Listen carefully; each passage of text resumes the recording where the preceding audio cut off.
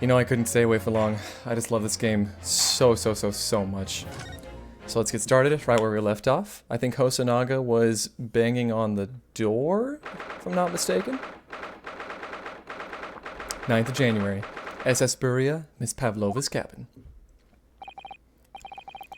Somehow, the door to the cabin we were in ended up bolted after we made an emergency stop. Because he did a hard starboard, I remember this. Tsusato-san took a deep breath, then gently slid back the bolt.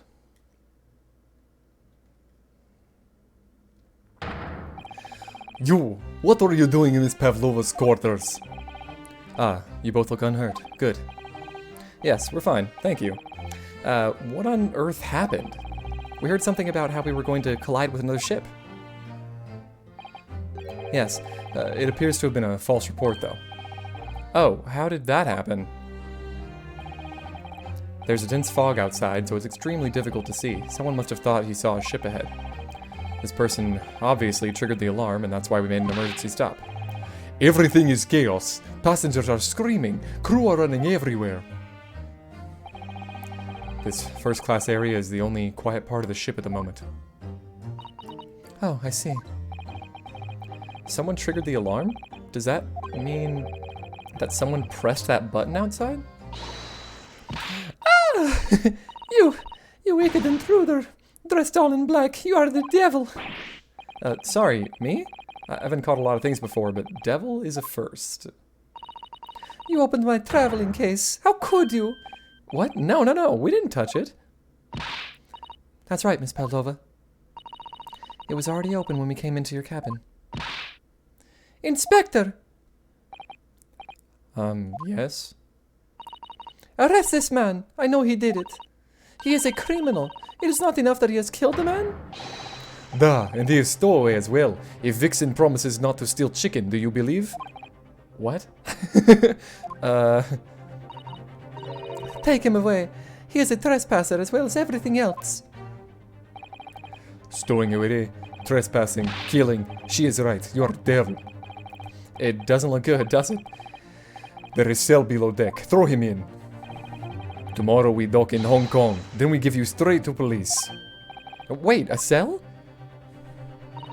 Please, Inspector Hosonaga. Is there nothing you can do? This is a Russian vessel. I really have no jurisdiction here. After my last effort to appeal to the captain's good nature, I think I'm out of options. This is terrible. This is a real crisis. I've got to find a solution. Immediately! Run for the door! Oh, no, well, there is no way to do that, so... am I supposed to... Wait, what, how? How did you get here, and why are you hanging on the coat rack? Why are you like this? What the... what are you doing up there? Mr. Sholmes? And he's got the tiara on, of course. Naturally, I was analyzing what a weight of 20,000 rubles feels like on one's head. Have I not told you that as a detective, it's my business to know what other people do not? This isn't mere tomfoolery, my boy. Oh, no. Well, why were you hanging from that hook before then? Isn't it obvious? To properly assess the weight of the 20,000 rubles, naturally. I wish to determine if it would bend that conceited-looking hook on the wall, so full of brag and bounce. I never know whether to take this man seriously or not. Ah, you again, the great detective. Ah, Inspector. I confess I've been looking for you. I have something to report to you most urgently. Well, you might try looking for me somewhere other than a hook on the wall next time. What is to report? Speak. An urgent report from a great detective can mean but one thing. Yes. The case of the curious murder that took place last night here on this vessel, the steamship Buria, has been solved. By me, naturally. What? Really? I don't think that's true. Yes, I've eliminated all of the possibilities. No other explanations exist. So, allow me to illuminate all your minds. For I'm about to reveal my great detective's greatly admired great deduction to the case. It's gonna flounder, of course. Ha! You have solved it? Even Hedgehog understands this case. We all knew who was responsible for killing student boy this morning when we found criminal in wardrobe. It is this stowaway. He has handcuffs to prove it. I didn't do it. The trouble is, there doesn't appear to be anyone else who could have killed the victim. Because, as everyone knows, the cabin door was bolted shut from the inside. That means the culprit must be someone who was inside the cabin. Yes, it's what's called a locked room mystery in detective stories. Da, locked room. That is point. The room was locked. Well, I can't deny that. There's no way the bolt could have been drawn across from outside the cabin. Except there totally was a way. You literally saw it happen, like, just a few minutes ago. You're all quite mistaken. The cabin next door is not a so-called locked room at all. What? Oh yes, there's another entrance. An entrance used last night by the culprit in order to gain access to the cabin despite the bolted door. What other entrance? We never discovered one. Why, it gapes open-mouthed at you even as we speak. The ventilator, man. The ventilator? You think this is funny? I cannot even put my arm through that hole. That's because your arms are as thick as tree trunks. You're suggesting that the culprit entered and left the victim's cabin through that tiny opening? It's not possible. Ah, but it is. And last night, the victim even witnessed the intruder in an act of passing through the ventilator. Okay. Speckled band, I guess. But is that really so? Who knows? Mr. Sholmes, do you mean... Are you referring to the words Kazuma-sama wrote in his diary? 1:23 a.m. I can hear a faint whistling sound. 1:35 a.m. What looks like some sort of speckled band is dangling from the ventilator grill. Precisely, my dear madam. But what does it mean? What is this speckled band? The answer to that particular conundrum is in this very cabin. Oh, he's ready to fight. Mr. Sholmes? What are you doing? There's a distinct element of danger, but fear not, I'm ready. What I'm about to expose for you all to see will shock you to your cause. Behold. Yeah!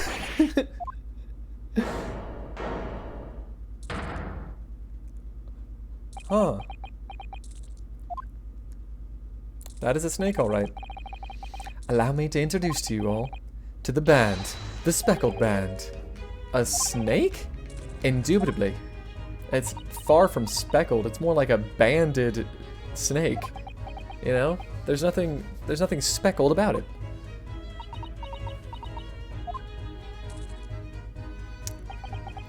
Stroganoff, do you have nothing to say about this? Mr. Sholmes, just one thing. Pray, what troubles you? Well, that snake isn't really speckled, is it? It looks more stripy, wouldn't you say?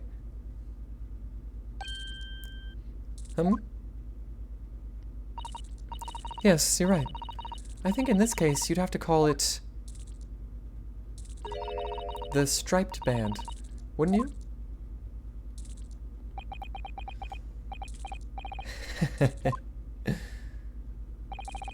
You both see and observe with distinction, however. Do you not think that that is precisely the trap into which the culprit wishes you to fall? Oh my goodness, really? It's a trap? How exactly? I think perhaps it is time I explain the intricacies of my train of thought. Are you ready, Miss Pavlova? I'm sorry for the young man who died, but that is all.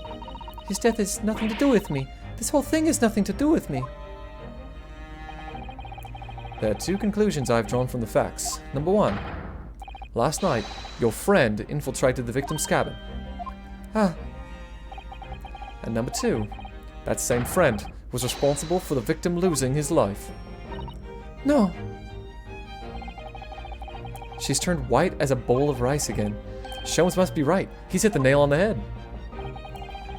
This young woman's friend killed Mr. Asogi? I don't know if it's the snake or Stroganoff getting mad. It looks like he can't speak with that snake coiled around his head. I would advise as little movement as possible, Seaman. You wouldn't want the fangs of that long friend in your neck. I'm pretty sure that's not how Cosima died. So everyone, let us begin. Sherlock Holmes is proud to present his Logic and Reasoning Spectacular. Let's do it. Another great deduction.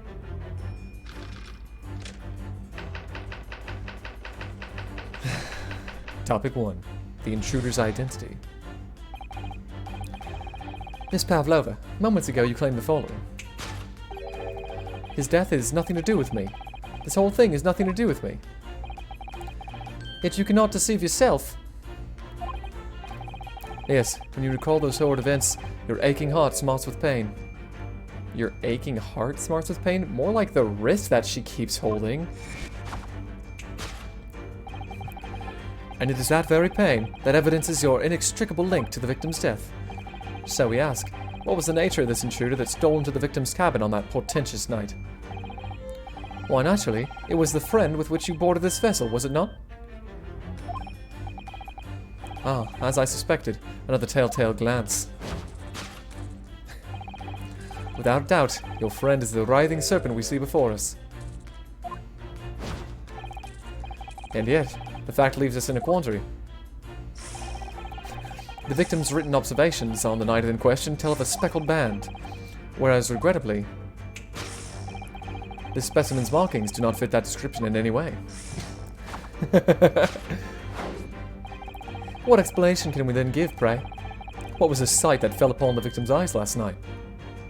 Oh? No, don't look at me. This has nothing to do with any of this. Oh, but it does. You have the answer to this quandary even now, hidden behind your back. Yes, that which you are trying but failing to conceal can only be the snake's sloughed skin. Evidently, after the subtle and horrible crime, this most dastardly friend of yours shed its original skin, no? I don't know what you're talking about. Last night, through the ventilator visible in this cabin, your then speckled friend stood next door. Using the bell cord on the other side of the bridge, the serpent silently descended into the victim's quarters. In the dim light, it appeared to the young gentleman who was about to lose his life as a speckled band. I feel like this isn't right, though. In summary, the nature of this friend of yours, which last night infiltrated the scene of the crime, is a rare breed of snake whose markings change each time it sloughs its skin. A snake so dreadful, we can only imagine it would be found in the deepest depths of India. What? Why? What? Why specifically from India? Come on, dude. Okay. Topic number 2 is about how Mr. Asogi lost his life. Moving on, we come to the heart of the matter, the grim demise of the victim. How did this young man lose his life, and why? That's a good question. According to the data of which I've been apprised, it would appear that there were no visible signs of injury. Ah. In fact, the circumstances of the victim's death can only be explained by a terrible venom. Pretty sure that's not true. Now, if we take that as fact, we can reasonably imagine that there remains evidence to affirm it at the scene of the crime. Oh no, could there be? Yes, an examination of the deceased body will prove the cause of death conclusively. Well, apparently not.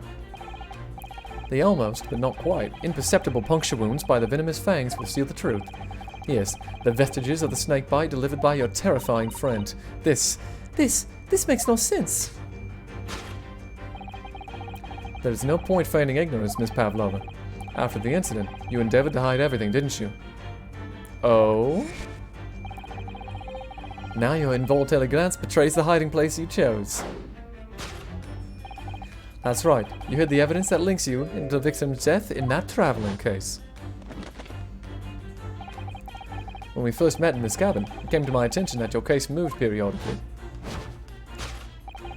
Your serpent assassin was restless inside, no doubt. You don't. It is telling that the victim made note of a low whistling sound that he heard minutes before his head. Minutes behind his head. Whatever. That was your signal, was it not? The sound you would use to train your serpent friend. To train? Indeed.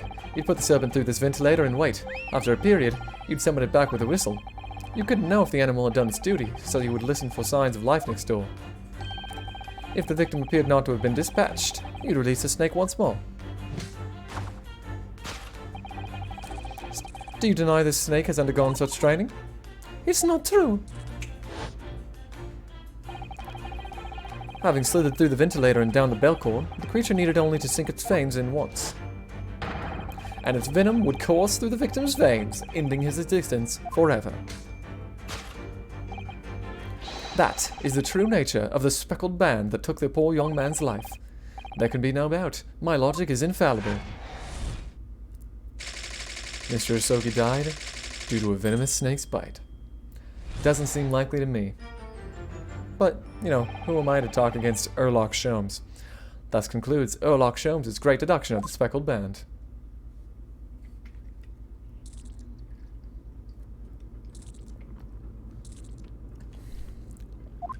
Stunned silence. Miss Pavlova has trained a pet snake as a killing machine. There on the floor, you observe a saucer of milk. The promise of food is key to training any creature. Incredible! You've solved the mystery. Amazing. Your great deduction really lives up to its name. I see now why Erlock Sholmes has become such a household name. My dear man, it was nothing remarkable. As the Russians say, I could have done it with one left hand.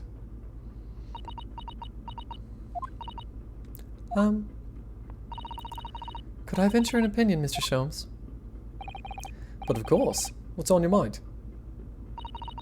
It's just about your deductions before. Some things don't quite make sense to me. I welcome questions as to my method, and will answer both loudly and proudly. Oh, well, good. First of all, snakes are egg-laying creatures, part of the reptile family. You are well informed, madame. And reptiles, don't drink milk. Ah. It's really only mammals that like to drink milk, you see. So, I'm not sure it would be possible to train a snake using milk as a reward. No matter. No doubt, Miss Pavlova, used some other treat to encourage a pet to do a bidding. Milk was merely an example. The logic holds. Well, there is something else. Snakes have no ears. Ah. Yes, so I'm not sure it would really be possible to signal to a snake by whistling. But madame, what are the tales from Arabia? Have you not heard of the snakes that dance to the sounds of a flute? I think perhaps the performers play their music in time with a snake's natural movements. Ah, I see. No hands, no feet, no ears? These creatures are so inept as to be practically useless. Don't take it out on the snakes, Mr. Holmes. Mr. Sholmes. Whoops. There's one other thing. You have more?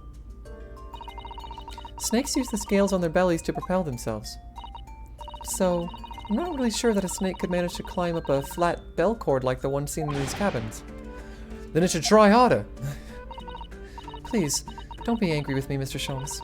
The point is, even if the snake had gone through the ventilator to the next door cabin, it couldn't have come back without help. What I'm trying to say is that there are a number of reasons why it's difficult to imagine the snake could have had a part in this. He looks so sad. I almost feel bad for the guy. But don't worry. Ryunosuke will come to make your deduction super good.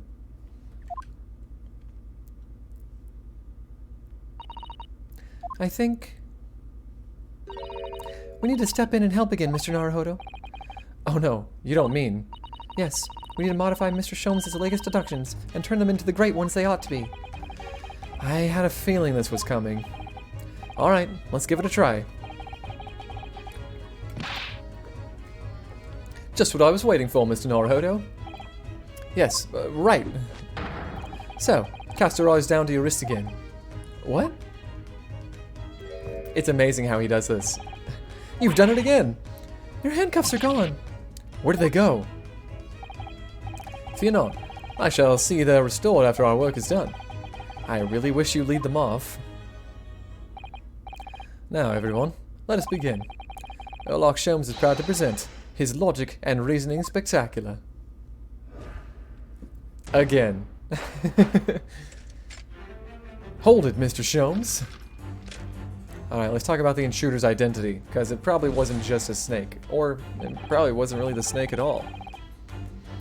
Miss Pavlova, moments ago you claimed the following. Yep. We already talked about this. She claims that it has nothing to do with her. She knows that it totally does. Alright. It's not your aching heart that smarts with pain. She does have a pained expression on her face. Yes, that's true.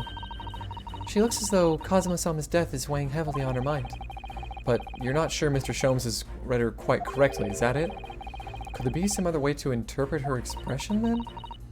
Let's take a moment and really look very closely at Miss Pavlova.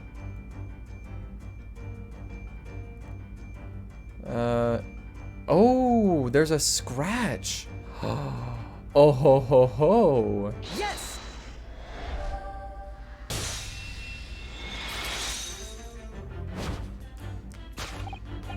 Yes, when you recall those horrid events, that claw scratch smarts with pain. Indeed, and simple observation reveals that the wound is fresh. Miss Pavlova, did you in fact receive that scratch sometime last night?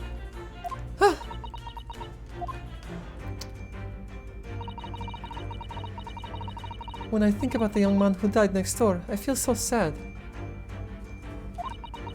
And when I am sad, the pain from this wound is worse. And it is that very pain that evidences your inextricable link to the victim's death. So, we ask, what was the nature of this intruder that stole into the victim's cabin on that portentous night? Why, naturally, it was the friend with which you boarded this vessel, was it not? Ah, as I suspected. Another telltale glance. Without doubt, your friend is the writhing serpent we see before us. Not at all, though. Definitely not at all. It seems likely that the scratch mark on the back of Miss Pavlova's hand was made by this friend of hers, doesn't it? Except, snakes don't have claws, do they? No, they don't. They don't even have hands or feet on which claws might grow. Well then, if that snake isn't her pet, what is? What's the true identity of this friend of hers? We should follow her gaze, Naruhodo-san. That's where we'll find the answer. Okay, well...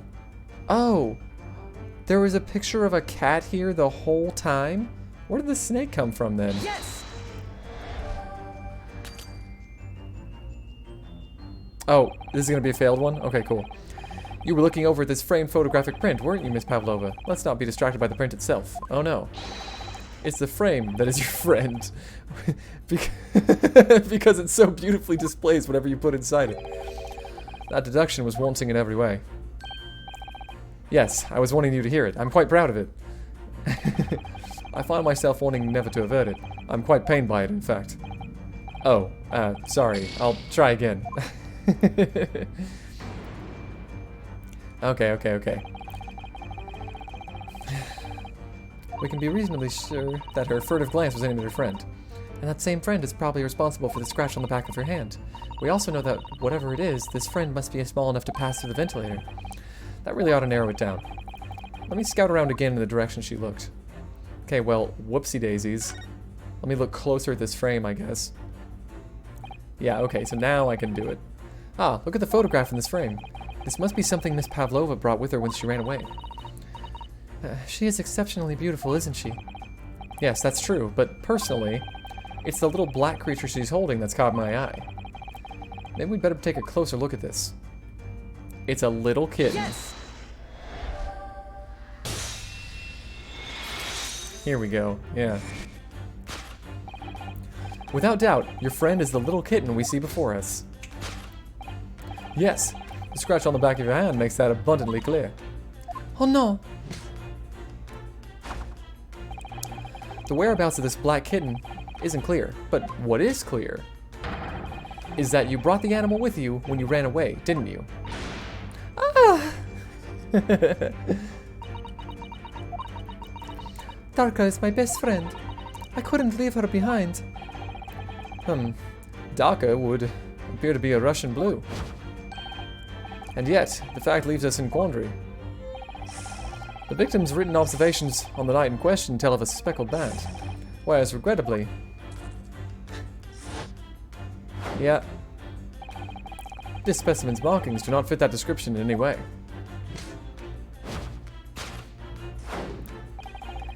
What explanation can we then give, pray? What was this sight that fell upon the victim's eyes last night?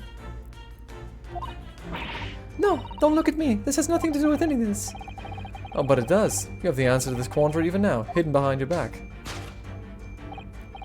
Yes, that which you are trying, but failing, to conceal can only be the snake's soft skin. Now, obviously, you take any look at that and it makes more sense. Did you see that? She just took something out of her pocket and hid it behind her back. If she just left it in her pocket, no one would ever have known. Oh yes, ploys like that are Mr. Shone's specialty. He's ever so cleverly forced her to reveal something. I thought deduction was his specialty, or maybe making me believe that was a ploy too. Probably. Anyway, I find it hard to believe that that's the skin of a snake. In which case, just what is Miss Pavlova hiding behind her back? Okay. I mean, let's take a closer look at it, right? Because that doesn't really look like sloughed skin to me. Well, it is speckled, and it is a band, but what is it? It seems to be soft and fluffy, a long piece of cloth of some sort, and it looks like a handle at one end. I think it may be a cat's toy. This sort is common in the West, apparently. How is this a toy for cats? Cats like to chase the band around and paw at it. Kittens in particular love that sort of play. You only need to wave it in front of them and they pounce to catch it. Oh yeah. Friends of mine recently got cats. They love this stuff. Like, they just go gaga for it. That sounds positively adorable. Alright. So it's not a sloughed skin. Yes! It's a cat toy.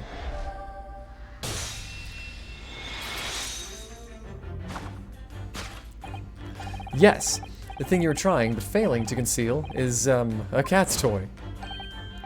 Precisely, and the true nature of how the now infamous speckled band. Ah! And it was with this toy that you dangled through the ventilator. You waved it around, I presume. Naturally, the victim could not fail to notice it. But why? For what reason? My dear boy, there can only be one answer to that. After a feline friend disappeared through the ventilator into the neighboring cabin, Miss Pavlova attempted to use the speckled cat's toy to incite the creature to return. Ah, of course. In summary, the nature of this friend of Miss Pavlova's, which last night infiltrated the scene of the crime, is a blithesome Russian blue breed of a cat by the name of Darka.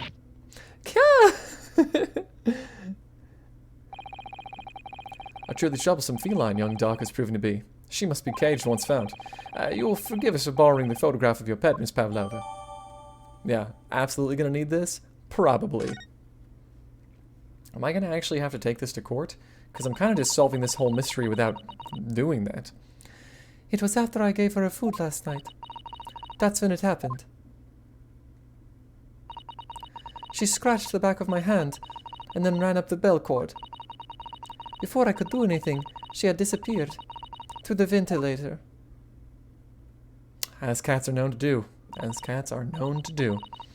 Darka, she is so naughty. It's a beloved kitten. Ace Detective, on the case. So now let's talk about how Kazuma died.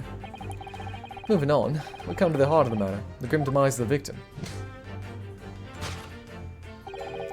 How did this young man lose his life, and why? According to the data of which I've been apprised, it would appear there were no visible signs of injury.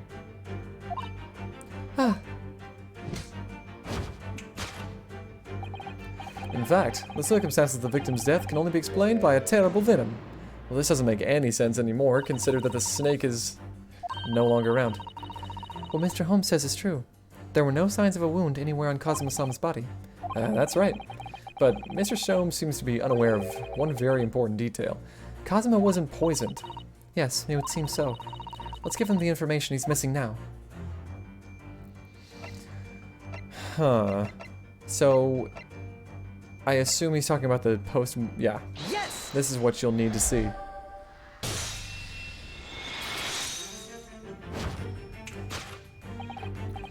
In fact, the circumstances of the victim's death can only be explained by the post-mortem report. Oh yes, I knew it was one or the other. His neck was... Indeed, the breaking of the cervical vertebrae is fatal. Only that Goliath would be strong enough to survive that. Or strong enough to do that. I don't know, man. Seaman Stroganoff isn't some immortal freak, you know. The jury is out. Anyway, we have on good authority that the victim's neck was broken. Now, if we take that as fact, we can reasonably imagine that there remains evidence to affirm it at the scene of the crime. No, could there be? Yes, an examination of the deceased body will prove the cause of death conclusively. Cosma died because his neck was broken. In other words, he was probably struck by something or someone. Yes, that's a distinct possibility. As of yet, no weapon has been found, though. Presumably, Darka didn't silently creep up behind him and deal a fatal blow. I suppose. It's possible that he had a fall and hit the ground awkwardly. It could have been a terrible act of misfortune that he broke his neck completely by accident. Oh yes, a bad fall could explain it. It's rather hard to believe of Kazuma-sama, though. He wasn't a clumsy man. Well, we need to fix the seduction somehow. Is there anything from the scene that could explain what happened? Not the photograph. Probably not the articles. I doubt it's in the diary. The mark on the floor is what would make the most sense to me. Someone go ahead and bring it up. Yes!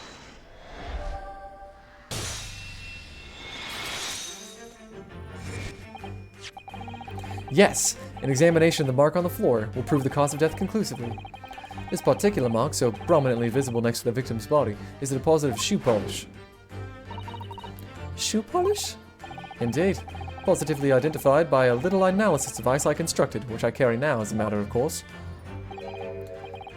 Beeswax, tallow, and dye were my results. The undeniable ingredients of shoe polish.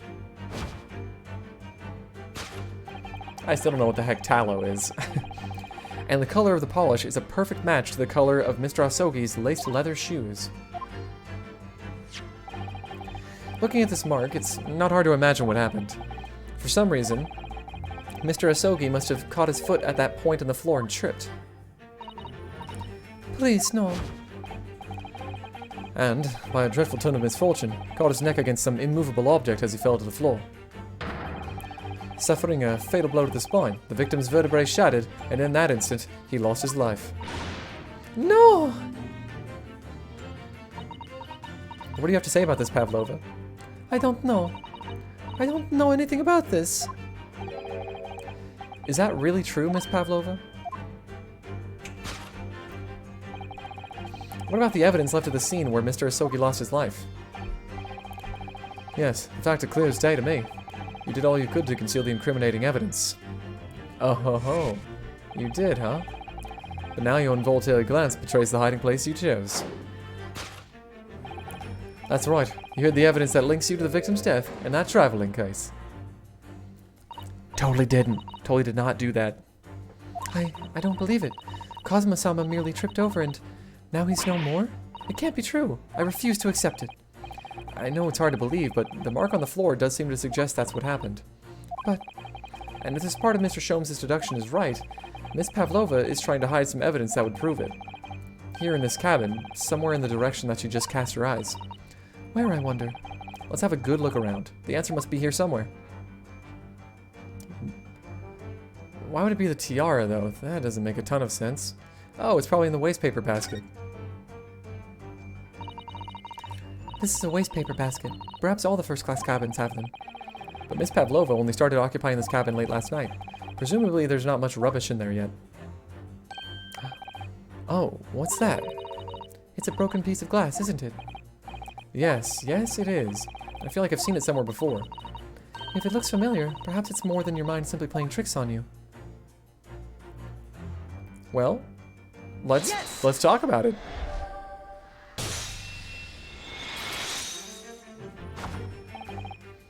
That's right. You hid the evidence that links you to the victim's death in that wastepaper basket. Here we have a fragment of some intricate glass object, it would seem. One that has a familiar air, in fact. Precisely. We found another piece of broken glass on the floor in Mr. Asogi's cabin. And, as you can see, the two pieces fit together perfectly. Oh no! So, Miss Pavlova, shall we consider what this tells us? Why would it be that part of the glass object, which was evidently broken at the scene of the victim's death, should be found in the wastepaper basket in your cabin?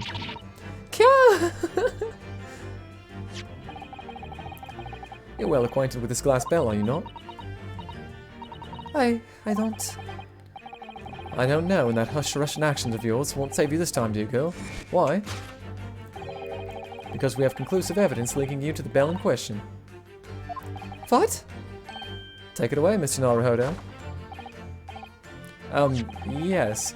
The evidence linking Miss Pavlova and that little glass bell, that would be... is it in here? Yeah, it's the cat's bell. Yes! If you look at this photograph, you can clearly see, hanging from darkest collar, the very glass bell in question. The truth has caught up with you, Miss Pavlova.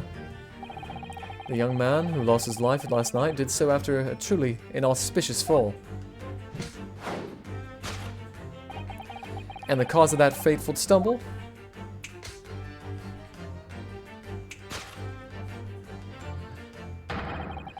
Your absent feline friend, Darka.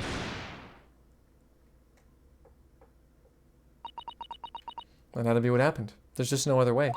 The cat committed the crime. I couldn't tell anyone. I'm sorry. So she knew. Death by tripping over a cat. That's... Dude, that is an awful way to die. Are you serious? It's just... Like, my mom and dad have to walk around our dogs all the time because they just get in the way. So you're telling me that at some point they could just trip over our dogs and die? That would suck.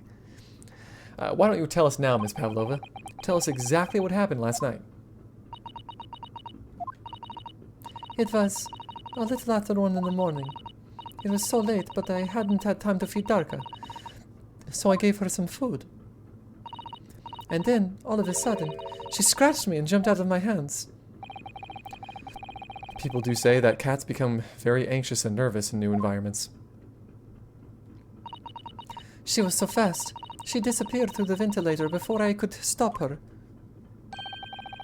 That's how you acquired the rather nasty wound on the back of your hand, I take it? Yes. And I had read the rules on the wall. I knew that I was not allowed Darka with me. Yes, modern science suggests that animals can carry infectious diseases. It's a precaution, really. Oh, alright. So I listened and listened, trying to hear if there was some noise in the next cabin. It was very quiet. I was sure if someone was there, he must be sleeping. So at that point, you thought it safe to try to lure the kitten back again? By dangling the end of the toy through the ventilator and into the adjoining cabin. Darka always loves this toy, but it didn't work. Nothing worked. I tried using her favorite toy. I tried whistling to her softly, but nothing. She didn't return. So the faint whistling sound Cosmo wrote about in his diary was Miss Pavlova trying to retrieve her pet. Makes sense. Cats have a propensity to remain hidden in the shadows when frightened. Yes, though there was nothing I could do. I just had to wait until she had calmed down. But then...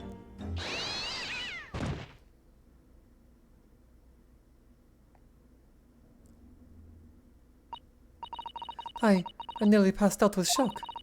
I heard her cry out, and then, Oh, it was such a dreadful bang. Then afterwards, nothing. It was totally silent. Cosimo was dead.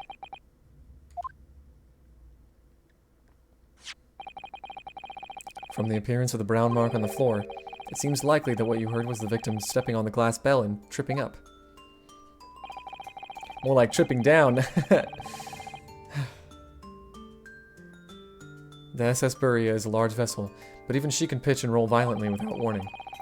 If Mr. Asogi was already off balance as a result of the ship lurching when the kitten got under his feet, the combination of unfortunate factors could easily have caused him to fall over.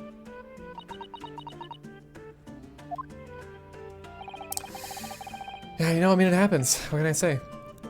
But what became of the kitten afterwards? In the end, I managed to get her to come back through the ventilator. Yeah, Doc is no one to be seen. I must have forgotten to lock my case, and now she's disappeared again. Gracious, that cat is as insufferably restless as I am. Well, he knows something about himself at least. When I woke this morning, I heard that the young man in the cabin next to mine had died, but I couldn't bring myself to tell anyone what had happened. I was too scared. Scared that they would send me back. Oh, hold on a minute. What about the snake? You're right, where is it? If the snake isn't your friend, Miss Pavlova, then whose is it, and where did it come from? What on earth is such a dangerous creature doing on board this ship? I guess it's Stroganov's pet? Oh, I did not say. Snake is my friend. His name is Pirosko. What? What? That snake belongs to you? He escaped from cage when emergency alarm sounded. I was looking for him. I did not expect to find him in here. Yes, how did that snake get into this cabin exactly? But animals are not permitted on board. Huh. We are at sea for 1 year. You want to be so long without a close friend? Without someone who understands? Couldn't you find someone a little more human who understands you better? Oh, but now I'm understanding his weird sunburn, because he always just lets this snake curl up around him. So maybe it's not even a sunburn. A gargantuan venomous snake. Surely you can appreciate the danger you're putting everyone in. No venom. Huh? Hirosko does not have venom. He is harmless, very long, but very gentle. He is adorable, like Granny. Yeah, my grandma is also very long and has no hands or legs. It's venomous? Yeah. Now he is hungry, so he is in bad mood. But once I feed him, he will see big smile. And you feed him what? Milk, I suppose? That was what the mousetrap in the hall's for. Huh. Like they say they milk chickens? Ridiculous. Snakes that drink milk are only in stupid stories. Porosko eats mouses. Big, fat, round mouses. Ah, oh, so is that what the mousetrap in the passageway out there is for? Of course. How else can I catch my friend's favorite food? Nothing says top of the food chain like the look in their eyes right now. Sholmes looks defeated. It refuses to drink milk, it can't hear a whistle, it can't climb up a bell cord, and it's not even venomous. How the deuce did someone so inept land a starring role? It is not my fault. I do not make up stories. My Pirosko has nothing to do with this incident. So that's what happened. That's the truth behind my best friend's tragic death. Well, I don't know.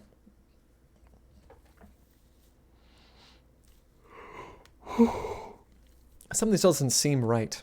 Like, sure, the cat would have been scared. But maybe Cosimo was just chilling with the cat, you know?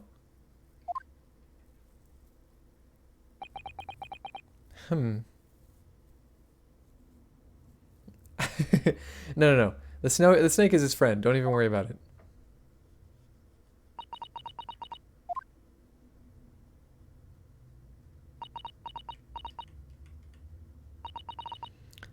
Miss Pavlova, I understand the difficult situation you found yourself in, and I do sympathize. But please remember this. A young man lost his life. If you're going to attempt to cover up your guilt with lies, then no matter what the circumstances, I cannot forgive you. But What are you talking about, Miss Mikitoba? What lies? Miss Pavlova just confessed everything. It was just a series of unfortunate events. An accident.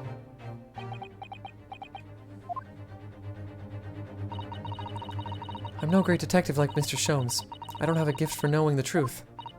But even I can see that it was not the truth. Don't you agree, Mr. Naruhodo? I do agree, I must say. To be perfectly honest, yes. There's a discrepancy in Miss Pavlova's story. I'm sure of it. I just can't quite put my finger on it.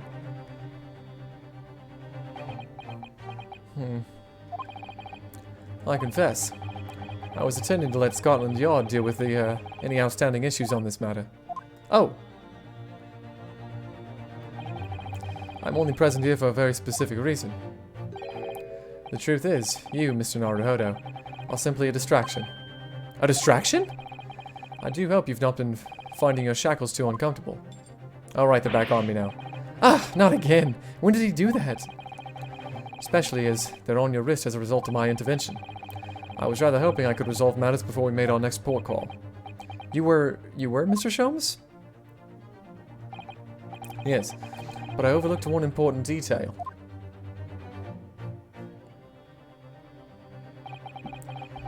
The deceased young man was a very close companion of yours, was he not? Yes. Cosimo was my closest friend. I owed him my freedom, even. Freedom? Weird. In that case, we must follow this to its conclusion. No further distractions. You must uncover the real truth here, Mr. Naruhodo. Yes, whatever that may be. The key to this is a discrepancy in Miss Pavlova's story, I'm sure. If I can chase that down, then maybe the truth will become clear. But what was the discrepancy? The truth about how you really died. About how that scene in your cabin really came to be. I mean, yeah. Like, how did all this stuff get messed up, right? Alright, I'll see what I can do. Excellent. Thank you, Mr. Naruhodo. So then, shall we begin? Yes! What should we ponder first? Is the victim who lost his life in a cabin that was bolted shut from the inside. Was it truly an unfortunate accident, or was it in fact no accident at all? That is what we must establish in the first instance. But we've already established it, haven't we? The man tripped over the kitten that had climbed into his cabin via the ventilator. Tragic, yes, but still an accident. Wait, let's just take a step back. It doesn't make any sense if that's really what happened, does it? I'm going to have to ask you to spell it out for me, I'm afraid. Yes, it's starting to take shape now. There's a clear contradiction between the facts and Miss Pavlova's story here. The evidence is right there in Cosimo's cabin. It's undeniable. His death couldn't have possibly been a mere accident. Really? Let us show our hand, Mr. Naruhodo. Time to present the evidence. The evidence that proves unequivocally that the victim's death was no mere accident. Huh. No mere accident. Well, it has nothing to do with that. Probably nothing to do with the ship's log. The mark on floor is what tells us about the cat being there.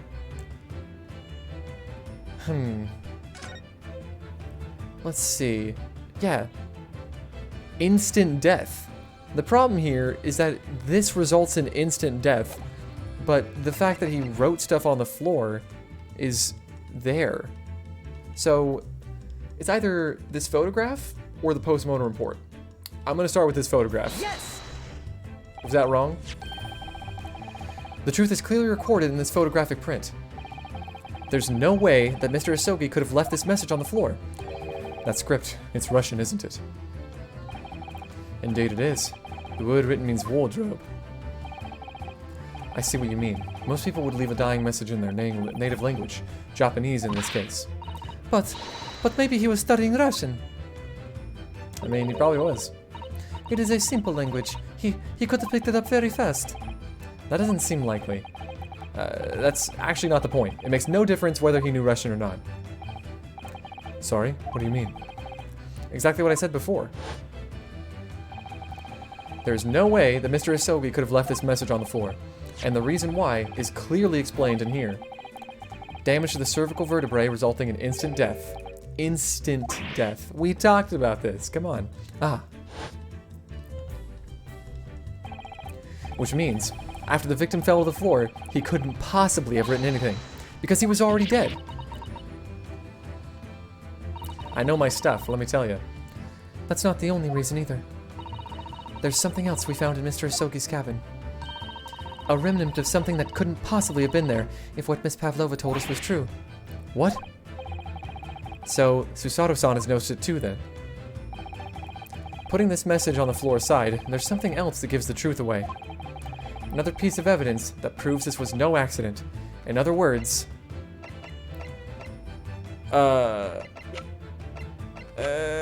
God, I don't know. No, the article is given to me by Herlock Sholmes. And, yeah, this is pretty normal. Nothing crazy here. Actually, oh, I can look at the adhesive? Ah, these must be remnants of the glue used to stick the paper seal on the wardrobe. That's right. It was pulverized rice. Pulverized rice? Yes, I pulverized some of the rice from my evening meal, even though it broke my heart. Broke your heart? What do you mean? Remember, I'm a stowaway on this ship. All I had to eat were Kazuma's leftovers. Even a couple grains of rice would have meant the difference between life and death. Oh my, it must have been awful for you, Naruhodo-san. But I have some glue with me as it happens. You're welcome to use it this evening. Oh, thank you very much.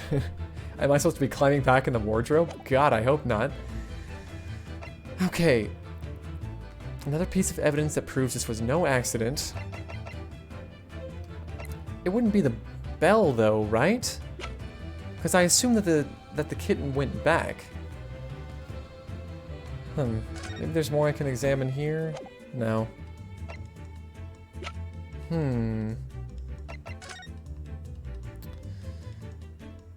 No, that's given us all we have to know about the cat. Well, maybe it was the bell piece. Because how did the other half end up in there, I guess? If she has one half and the other half is in there, I mean, the cat couldn't have brought it back, right? Something's kind of weird about that. Huh. Well, yeah, that's really all I have to go on right now, so I'm just gonna guess this, even though it might be wrong. Yes! This piece of broken glass next to the mark on the floor. But that's the glass bell the kitten had around its neck. We already know all about that. It was broken in half when the victim tripped over the cat and fell. So we already have a satisfactory explanation. Where's the flaw in that logic? Unfortunately, there's a very big flaw. A fatal flaw. What?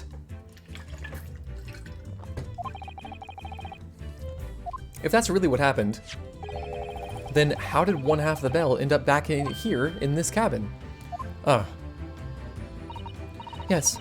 Remember that we found the other half of the glass bell in that wastepaper basket. Would you care to explain that, Miss Pavlova? Oh no. Both these pieces of evidence clearly point to the same conclusion. That when Mr. Asogi died last night in his cabin, there was someone else in the room. And that same person deliberately arranged the scene to disguise the truth, in order to cover up his or her own guilt. Yes, there was someone else present in Mr. Asogi's. You are wasting time. Someone else was there? Da, of course. We know this. What are you talking about? Bulkhead was bolted shut from inside. There was no way in or out. Oh, yes. Yeah?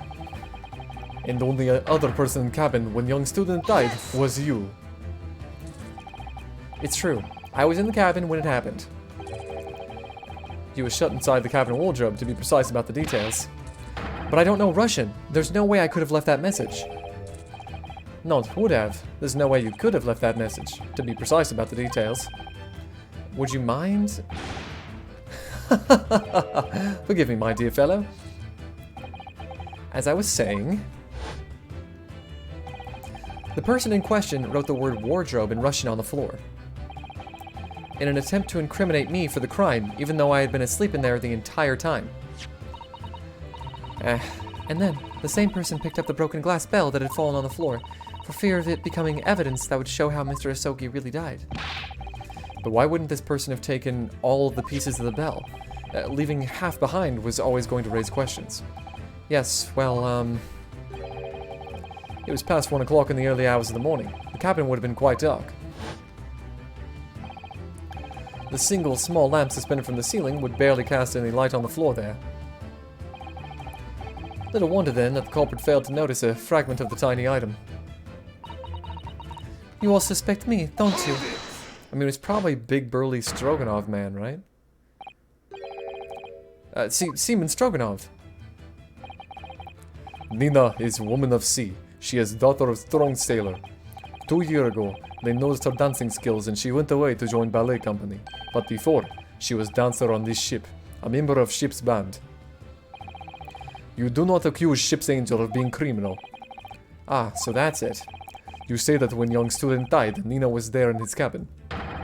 But that is not possible. I give my tooth. Well, this is almost interesting. And why would you give your tooth, pray? How can you be so sure? You are a great detective. You should know. Look truth in eyes. Cabin bulkhead was bolted shut from inside. Nobody could go into the cabin. Not Nina, not anyone. Or you want to tell me that killer can walk through locked doors? Niet, it's impossible. He's right. But wait, I've read about this in detective stories. People often tie thread around door latches so they can open and close them from the outside. Thread? Are you stupid? These bulkhead doors are not barn doors. Certainly not. These are watertight doors, as one would expect to find on any modern steamship. Constructed of heavy steel, with not a gap in sight. No threads or needles or magnets could have been used. No, of course not. I thought so too. But Mr. Naruhodo suggested it earlier, so... Susato-san, how could you shift it onto me like that? So, Seaman Stroganoff has a valid point. The cabin door couldn't have been bolted shut from the outside. Not necessarily. What? I put it to you that I could bolt this cabin door without laying a finger on it. And in this very cabin, we can see the traces of the method I have in mind having been used before. I don't believe it. Well, Mr. Naruhodo, I believe you know what I mean, don't you? A way to shut the bolt of the cabin door from the outside? One way does spring to mind, yes. Do you really know what Mr. Sholmes means, Mr. Naruhodo? Yes, and you should too. Because we've seen it happen. Indeed we have. So, would you care to do the honors, Mr. Naruhodo? Point out the telling signs to the method that was used to slide the cabin door bolt across from the outside. Well, it's the bookshelf, of course. It's right here. Can I just present it? Yeah, probably. Look at the bookcase there. See how all the books and things on it have toppled over? That must have happened when the ship made its emergency stop before. Yes, that's right. It's a very powerful vessel after all. When the engines are thrown into reverse, a violent jolt goes across the entire ship. Any small objects that aren't fastened down are bound to fall over. I believe, yes, it's what's known as the force of inertia acting on the objects. Is there nothing Susato-san doesn't know, or that isn't in her book at least? Well, whatever it's called, the same force that pushed over those books on the bookcase also made something else in this cabin move. The bolt on the cabin door. Ah! It was very obvious just after the emergency stop that the ship made earlier. We had come into this cabin not long before, and we hadn't bolted the door. But then it got bolted shut. Hello, is everybody then in there? Shout if you need assistance. Oh, that sounds like... Inspector Hosonaga. Oh yes. That's it. When the ship stopped suddenly, the bolt flew across and locked the door.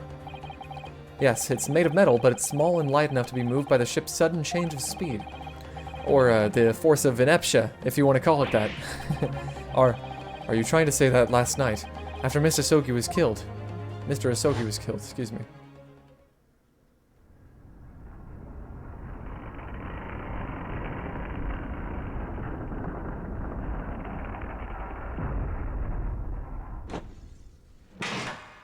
That's literally all it took. The SS Buria made another emergency stop? When I woke up this morning and looked around the cabin, I thought it looked a little odd. All the books on the shelves had toppled over, and all the ornaments. It was almost as if someone had run their hand across the shelves and deliberately knocked everything over. Oh yes, I remember that. And I stood them all up again, didn't I? Then when we came into this cabin, we were surprised to see the same thing in here. All the books and everything had toppled over, just like in Mr. Asogi's cabin. Oh my. Do you have anything to say about this, Miss Pavlova? Are you out of your mind? You say Buria made an emergency stop? It does seem a little far-fetched. How could that have possibly happened? Unless you're saying that the culprit is actually someone from the engine room. Oh, it is simple enough. Are you forgetting the button in the passageway outside? Used to trigger the emergency alarm. Oh yes, of course. There was a notice, wasn't there, telling you to only press the button in times of emergency. On dark nights when the fog is dense, the captain cannot afford to rely on the eyes of his lookout alone. Hence the placement of a number of buttons around the vessel to allow any crewman to raise the alarm. The sort of button one is almost compelled to press to satisfy one's curiosity. Oh, Stroganoff. Wait, it was you? When the button is pressed, two things happen in the interest of safety. The emergency alarm bell rings and the vessel comes to a complete stop. As indeed it did a little earlier today. Of course he was the one that pushed the button. Why wouldn't he be? He's an idiot. Mr. Sholmes, surely it wasn't you who... As I always say, a button has but one purpose in life. To be pressed, whatever the occasion. He sounds almost proud of himself. How dare you mess with ship? I report you to Captain. You are in much trouble now. Now, I'm sure that all that can wait until later. Let us not overlook the fact that we have now learned a valuable lesson. When the vessel makes an emergency stop, the bolts on the cabin door slide closed. So, what we must now consider... Yes, it all comes down to one thing now. Last night, after what happened to Mr. Asogi. Did this ship make an emergency stop, or did it not? You are idiots. Buria is a huge ship with many passengers. If we make emergency stop, even in the middle of night, there will be chaos everywhere. What are your thoughts, Mr. Naruhodo? Well, it's certainly possible that some kind of emergency happened last night. We have evidence to support that idea. Really? What evidence, Mr. Naruhodo? Fascinating. Do show us, my good man. What evidence promotes the theory that some emergency gripped this vessel last night? Well, the ship's log. Yes! Seaman Stroganov, it's your duty to patrol the first-class area of the ship, isn't that right? Da, that is correct. Why? And the ship's log here, this would be where you record the details of your duties? What are you doing with that? That is mine. Ah, you rather carelessly left it atop the little makeshift bureau in the passageway out there. But as responsible passengers, we took it into our care with a mind to return it to you later. I left it there on purpose. That is where I put it always. The point is, looking at what you usually record, it's clear that under normal circumstances, you write the phrase, nothing to report, every 30 minutes. But from 2 o'clock last night until first light this morning, nothing was recorded at all. Nothing recorded in the log. That is... because nothing happened. But if nothing happened, you would normally write nothing to report, wouldn't you? Indeed so, which tells us that shortly after 2 a.m., something happened here aboard the SS Buria. Something sufficiently significant to make you forget to fill in the ship's log, in fact. Are you suggesting that the ship really did make an emergency stop in the middle of the night? Stop talking rubbish. If I'm perfectly honest, I find that a little hard to believe myself. Oh, why? Well, because if something as major as an emergency stop really had happened, surely all of us would have noticed? That's very true.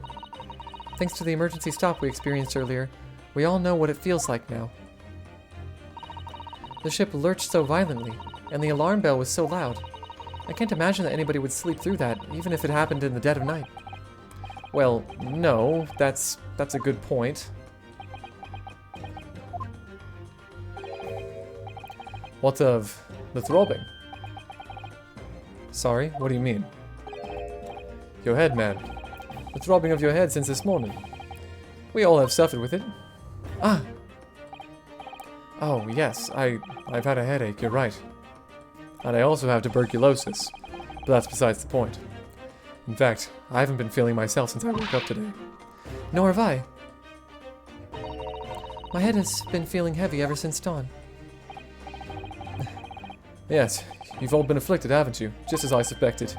He's right, my head's been throbbing today too. And since eating dinner yesterday evening, everything has felt sort of hazy. I can't really remember anything that happened after I climbed back inside the wardrobe. Then the first thing I noticed this morning was the throbbing pain in my head.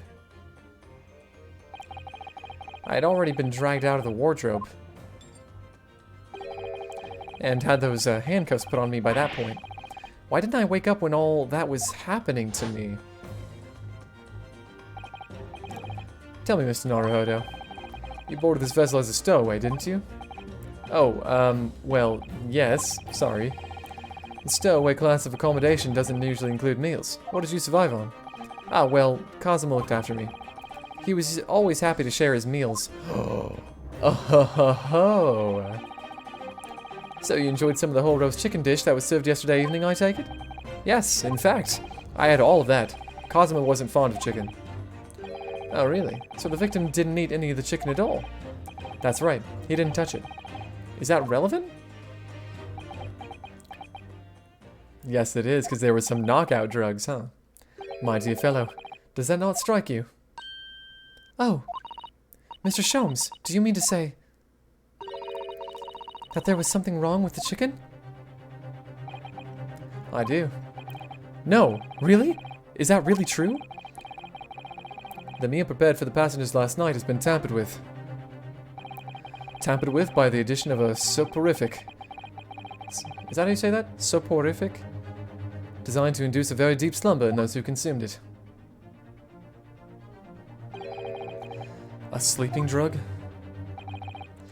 Do you mean whoever did this laced every meal with a sleeping drug so no one would notice the ship's emergency stop? Mr. Naruhodo, of course that's not what Mr. Sholmes means. What a far-fetched idea. Precisely. Lacing every meal of every passenger on board with a soporific drug would certainly be impossible. Unless, that is, every single member of the crew was a conspirator. What? Mr. Holmes?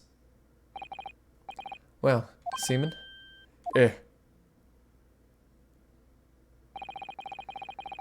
I'm sorry to say that any more deception in this matter will get you nowhere. If you refuse to talk, there would have to be an inquiry made through the shipping company, of course. And were that to happen, every member of the crew, and the captain himself, would be hauled over the coals. For aiding and abetting a renegade. Oh.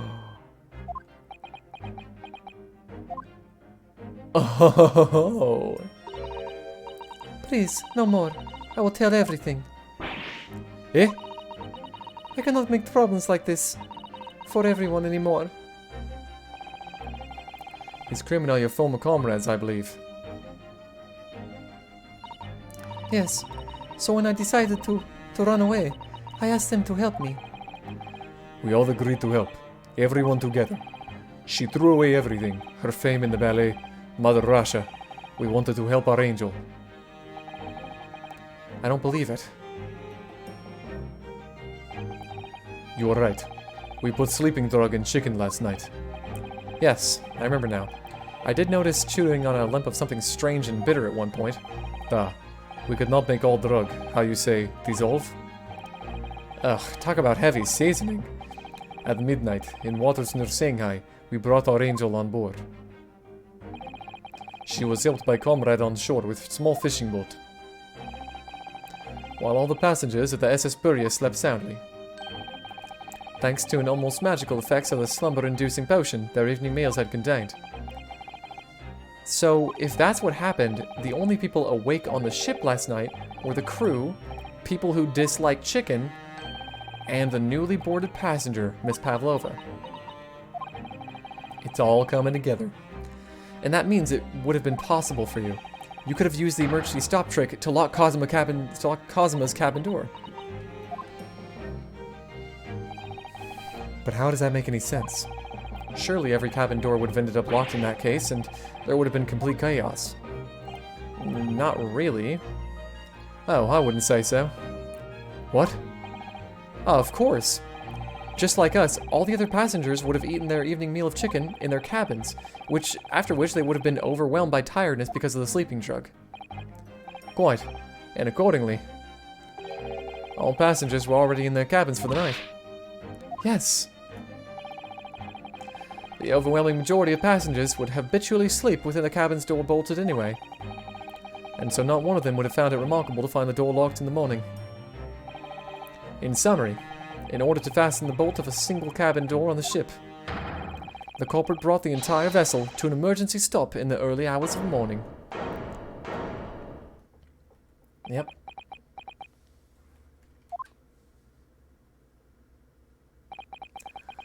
You have talked a long time and said many things. What is point? The point is what I said earlier. There was somebody else present at the scene when the victim lost his life last night. Someone who left a message in Russian on the floor in an attempt to incriminate another. Someone who tried desperately to hide the broken fragments of glass that would reveal the culprit's identity. And someone who abused the ship's emergency stop procedure in order to lock a door. All told, a busy night. But... I don't know about any of this. I'm just a little girl. You like to speak with your long English words and explain your clever ideas. But I am sailor, and sailors don't listen to long, boring stories. We don't believe. Sailors like me, we trust only what we see with our eyes. I get it. Don't worry about it. A laudable trait. What? What? I'm quite of the same disposition, my good man. Observation to me is everything. Mr. Naruhodo. Oh, yes? Do you hear it? That accusatory cry of guilt on the wind. What accusatory cry of guilt? Sorry, you've lost me. Proof of involvement, man. But you can't hear such a call with your ears. Now, you must hear it with your eyes. For observation is the basis of all deduction. True. What are you talking about? I believe the time has come. For one of the final, logic and reasoning spectacular to expose the truth. Oh, okay, we're doing a number 3. Alright. So, Mr. Naruhodo, your assistance, if you please. With what exactly, Mr. Sholmes? With observation, my dear fellow, just as I said, of these two prevaricators. Observation? If you remember, Mr. Naruhodo, we know that somebody tried to fabricate evidence, don't we? By tampering with the scene of Mr. Asogi's death. What we're looking for is some trace of evidence that one of these two was there when it happened. Precisely. You're delightfully quick to grasp my meaning. Alright, I'll see what I can see. So we're looking for a trace of evidence that shows someone else was there last night when Cosima died. What suggests that someone else was there at the scene? Let's see. Your right ear. Why can I specifically look at your right ear? I mean, I'm gonna do it. She has such petite ears among that beautiful hair, like little pink shells. Oh, what's that? It's an earring, right? There's something attached to her ear. Ah, I expect that's what's called an earring. It's a little piece of jewelry.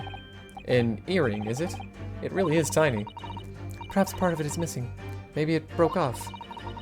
So now all that's left is the clasp part that attaches to the ear. If that's the case, she doesn't appear to have noticed that it's broken.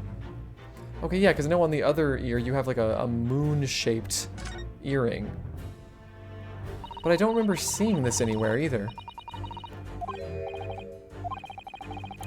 There's something dangling down from her ear. Ah, that's an earring. The crescent moon part looks as though it's made from wood. It's charming, isn't it? Women do seem to love adornments like that. In their hair, around their necks, on their fingers, and even hanging from their ears, it seems. Well, jewelry is beautiful, Naruhodo-san. Yeah, I like jewelry. It's nice. Oh ho ho ho! I see an ink stain! Yes!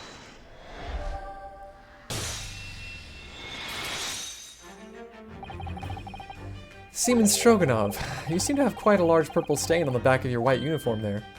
Eh? Ah, yes, I don't know where the dirt comes from. So nothing in particular comes to mind about the stain? What are you trying to say? It would appear that the significance of the stain has escaped your attention, Seaman. Allow us to make it plain. It's a very large purple stain on the back of Seaman Stroganov's uniform. And I think what made it is clear. Indeed it is. So, Mr. Naruhodo, present the evidence that proves it. My pleasure. Alright, the evidence that proves what the stain on the back of Seaman Stroganov's uniform really is...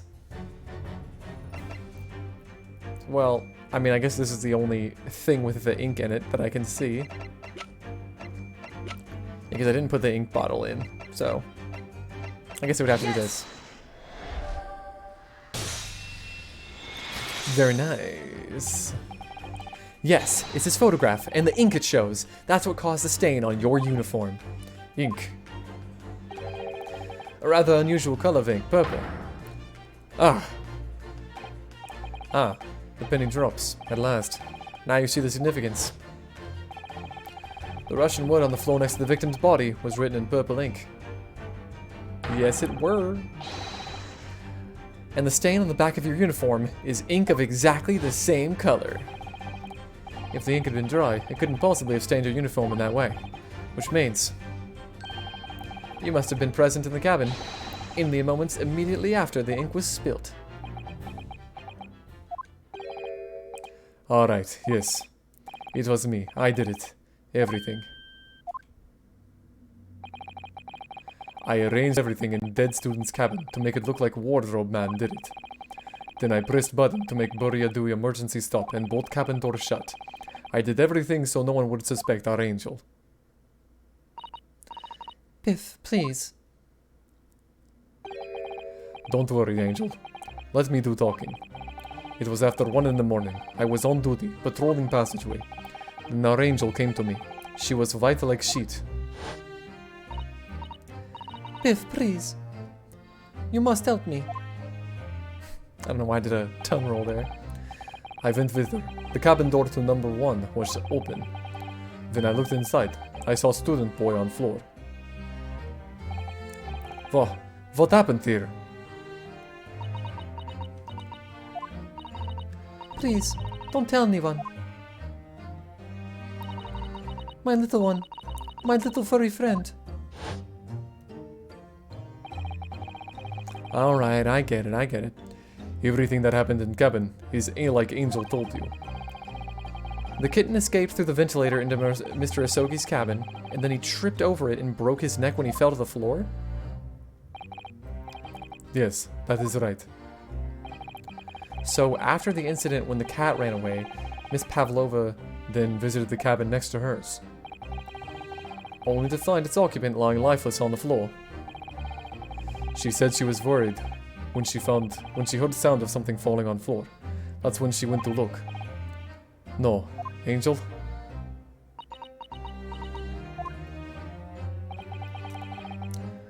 The door was not locked, so she opened to look, and you already know what happened after.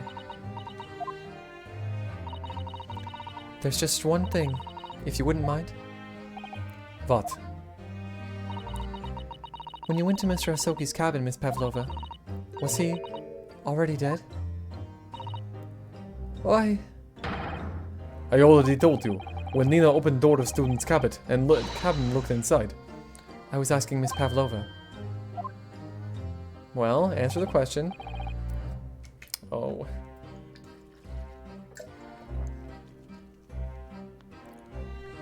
Well, Miss Pavlova? Da. Oh. Yes, that is right. I saw him. It was dark and he was wearing black, but he was on the floor, not moving. I was scared.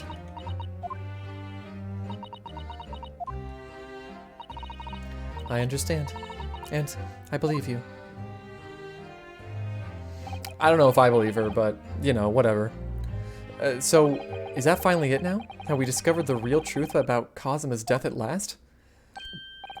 Oh, something very nearly slipped my mind. Oh, Mr. Sholmes? This photograph? Yes, I took this myself, you know. Yep, I do remember that being a thing. The cause of death was a broken neck, therefore, the victim died instantly. And the unfortunate incident that precipitated these events, a kitten, on which the victim stumbled. However, if those are the facts, there is one particular area in this photograph that seems to me somewhat unnatural. Oh? What do you mean, unnatural? What are your thoughts on the matter, Mr. Naruhodo? Well... If Kazuma tripped and fell, and by some terrible stroke of bad luck broke his neck, which part of this photographic print seems unnatural? The pain on his face? Right? Or something. It doesn't make any sense that he would have this expression. Right? Yeah, I'm gonna say yes. Yes! It must be here, surely. Allow me to offer you a piece of advice regarding the pursuit of detection, my dear fellow. When noting a crucial point, it can be helpful to keep your eyes open. They were open. And it can be equally helpful to use them. Dude, ouch! Sorry, I'll try that. I think it's plain what Mr. Sholmes means by unnatural, isn't it?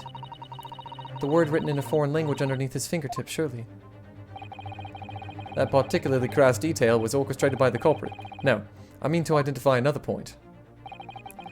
Imagine, if you will, losing your footing yourself. Would you land as the victim has? What of your hands? You look like the sort of fellow who stumbles with some regularity. This should be an easy task. Why do I... Okay, so the clenched fist is the issue. Okay. Yes! Alright, if he really fell due to an unfortunate accident, then this fist just doesn't seem quite right. The exact same thought occurred to me. In a fall, one's instinct is to open the palms flat.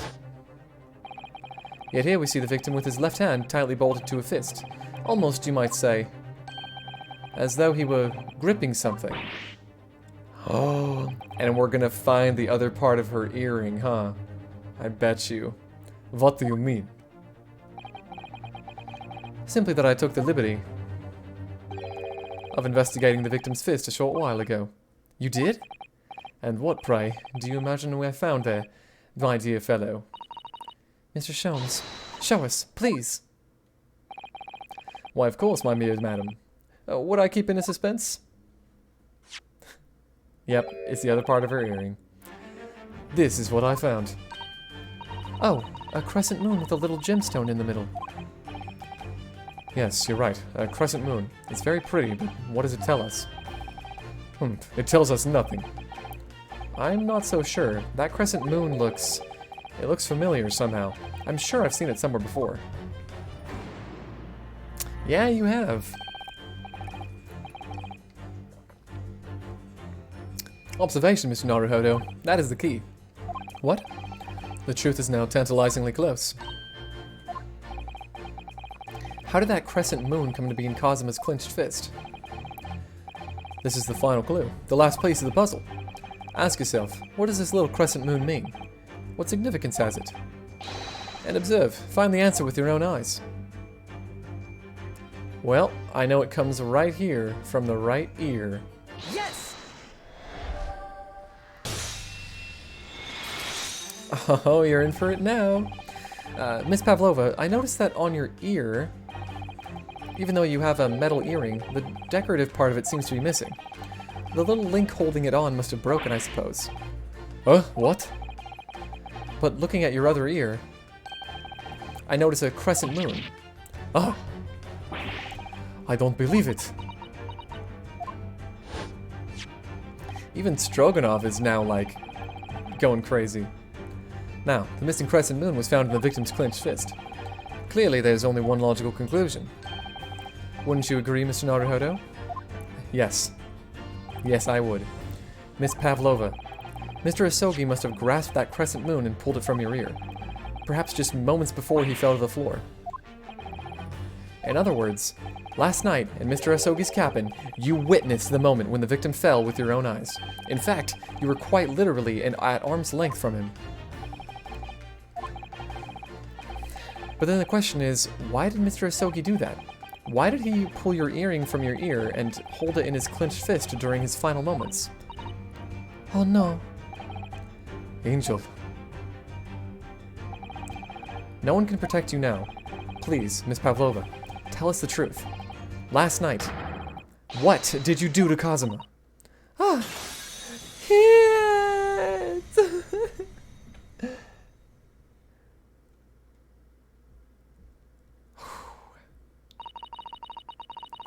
When I think about everything that happened yesterday, it was too much. Running away, the fishing boat in the middle of the night, trying to climb onto this huge ship.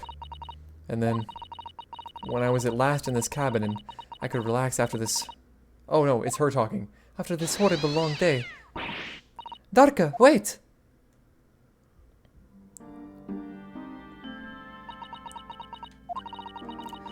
I couldn't believe it when she disappeared through the ventilator. I tried to call to her with a little whistle. I tried waving her favorite toy, but nothing worked. Darka would not come back.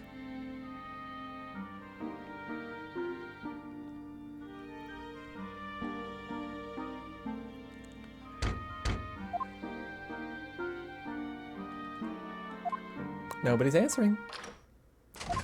You just let yourself right in, huh? What are you doing here at this time of night, Inspector? Oh. Excuse me. What are you doing here at this time of night, Inspector? Oh. Oh, I'm sorry. I thought it was a friend of mine.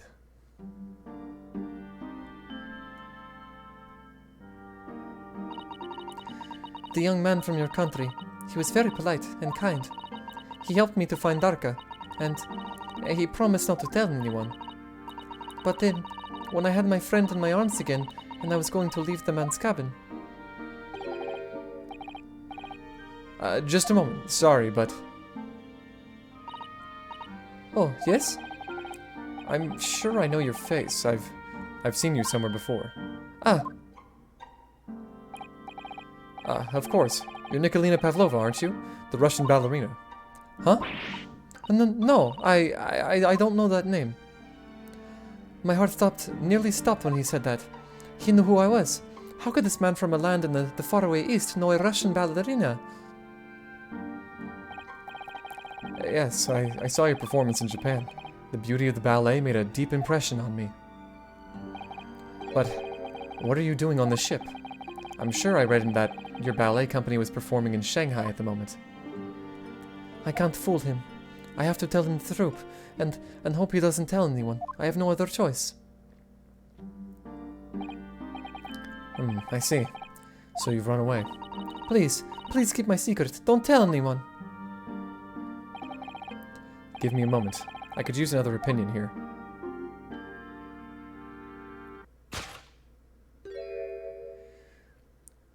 He's going to pull that cord. He's going to tell the captain. Why did I think I could trust him? He was going to open the wardrobe. No, it was a misunderstanding. Then it happened. Everything at once. It was only a second, but it felt like forever. Wait, I shouted, and then Darka jumped out of my arms and down to the young man's feet. And as he turned around to look at me,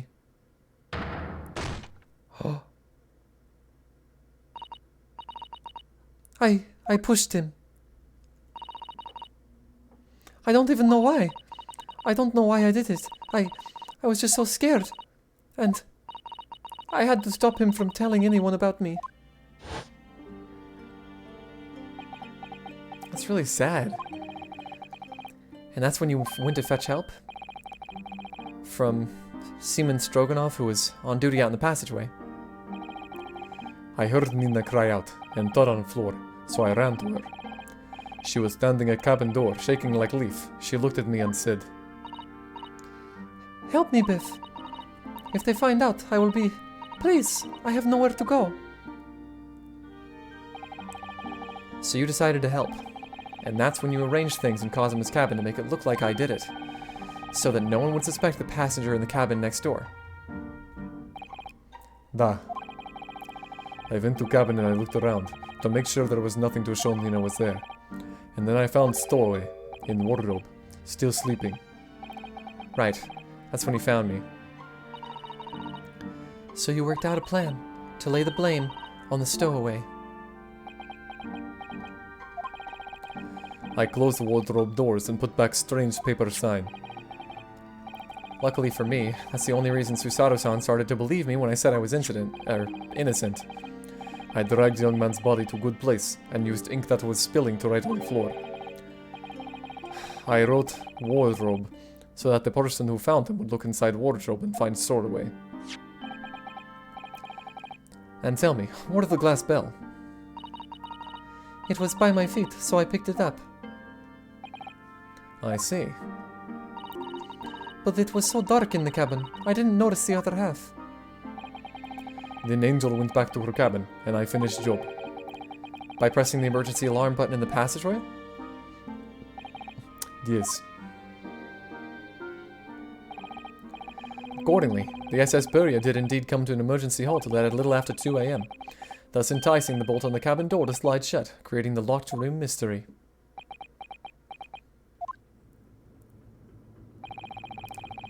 There's still one thing I don't understand, Miss Pavlova. What? Well, you said that you told Cosima about the fact that you'd run away from your homeland, and it's because you were worried he was going to tell the captain that you pushed him. Isn't that right?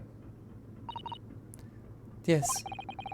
But even if he had pulled the bell cord and called for the captain of the ship, aren't you friends with every member of the crew?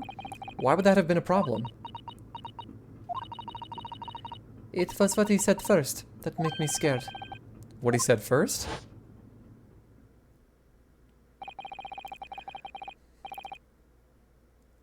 Oh, about the inspector. Gotcha. Okay. Ah, dang it. So there was somebody on the ship that she didn't know. He said an inspector was his friend. Ah, yes, meaning me, who was supposed to be acting as his bodyguard. I thought that if police knew about me, they would arrest me. So before he could pull the bell cord, I... May I stop you a moment, please, Miss Pavlova?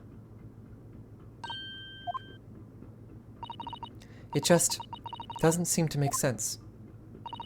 I mean, was Mr. Asogi really going to pull the bell cord? I don't know. What? What do you think, Mr. Naruhodo? Well, I'm not Cosima, so I can't know for certain, but... he was a man of his word. If he told you he wouldn't give your secret away, then he wouldn't have done.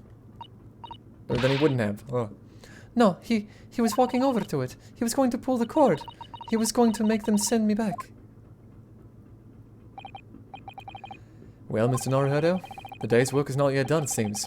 There's one more deduction to make. What? Another deduction? Obviously he was gonna go and ask me. Come on, I don't even need to deduce that. Yes. What action was the victim really about to take at that moment? Can we determine whether the young man's gaze was directed?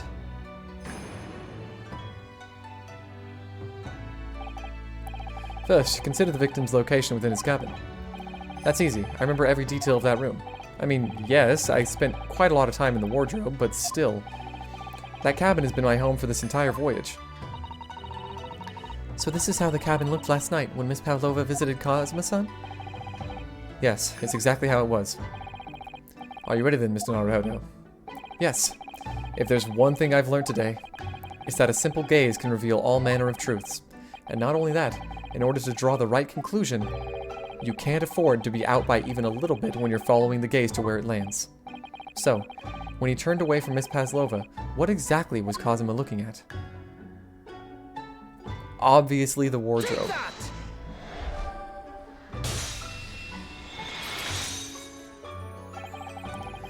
Considering everything that had happened last night, certainly it may have looked as though Kazuma was going to ring the bell cord. Yes, however, what is directly beside the bell cord? The wardrobe. The wardrobe? And more importantly, what was inside the wardrobe? The man's great friend, sleeping soundly. Ah! Miss Pavlova, please, think back very carefully. What were Mr. Asogi's exact words last night? Give me a moment. I could use another opinion here. Another opinion? Yes, but not from a member of the crew. No, Mr. Asogi intended to consult his close friend on the matter. To see if, between them, they might be able to help in some way, no doubt. Oh no. Sadly, we can't know the truth for certain now. It's too late for that. But I wish you had made sure of what Mr. Asogi was looking at. Things may have ended very differently if you had. Yeah, there wouldn't be a dead guy. God. But I get you were scared, but my friend is dead because of you. Miss Pavlova. I want to thank you for finally admitting the truth. But, unfortunately, the truth is, a man lost his life because of what you did. And that will never change.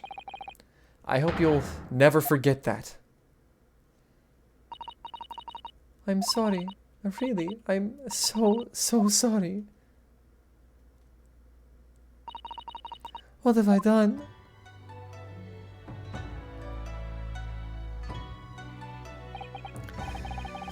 And so, at long last, the mystery surrounding the tragic accident on the SS Buria was finally laid to rest.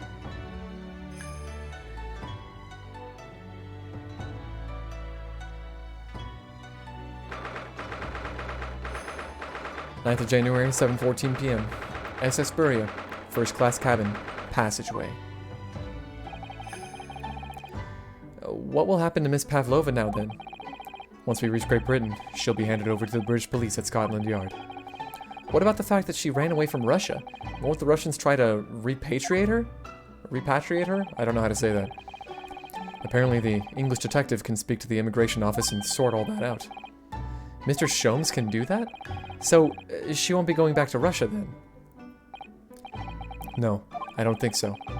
Even if she wanted to return in the future, I doubt she would be able to. She ran away, so now she's in exile for life. I see. I'm sorry. Seaman Stroganov? I wanted to help our angel, no matter what. But I didn't think about you, about how you lost a good friend.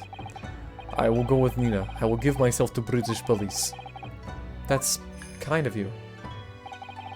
In the meantime, thank you for letting me go free again. Kazuma's death feels like such a waste, but... well, do what you can for Miss Pavlova, won't you? Da. Well, I'm afraid you need to pack now. We're due to arrive in Hong Kong tomorrow. as much as it pains me. Well, I'm glad that you somehow had a new pair of glasses and your bruises went away. You healed up real fast. I'm going to have to hand you over to the consul to arrange your passage back to Japan. Yes. I did stow away after all. I couldn't really expect any different. So, you should get back to your cabin now. I guess traveling wasn't as simple a thing you could do back in the day. It looks like my study tour to Great Britain is over before it's even begun then. To think that only days ago, Cosima and I were laughing together about how we'd tear up the streets of London. That seems like a distant memory now. Oh, what's that? Is it someone weeping?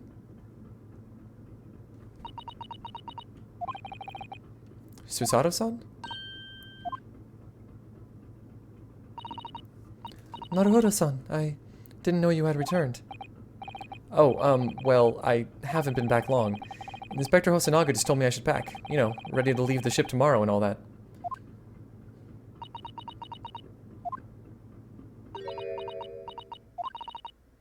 I still can't believe this has happened. I still can't believe someone's life can be over just like that. Susato-san.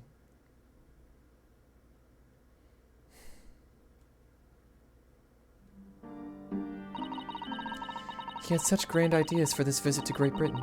So many dreams. And now they've been cruelly taken away. Just as he has. I thought I could never forgive the person responsible. But now we know the truth. That it was just an accident. Just a silly series of mishaps. It's too much, Naruhodo-san. It's just too much. Yes, I know. I wish there was something I could say. Inspector. My duty was to see Asogi-san safely to Great Britain, but I failed, and caused his two closest friends great pain and suffering as a result. I've let everyone down. And I will do anything to make up for my terrible blunder. Nobody blames you, Inspector. Wait a minute. And I'm free again now, at least.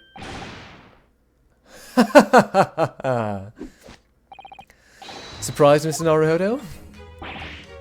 What is the meaning of this? Oh, a trifling matter. Simply that in my head, I think I shall always picture you wearing those shackles. Without them, the balance seems all wrong. It's distracting. Sorry? So I decided to restore them, for old time's sake, shall we say. You are a stowaway, after all. You crazy person. He thinks this is funny?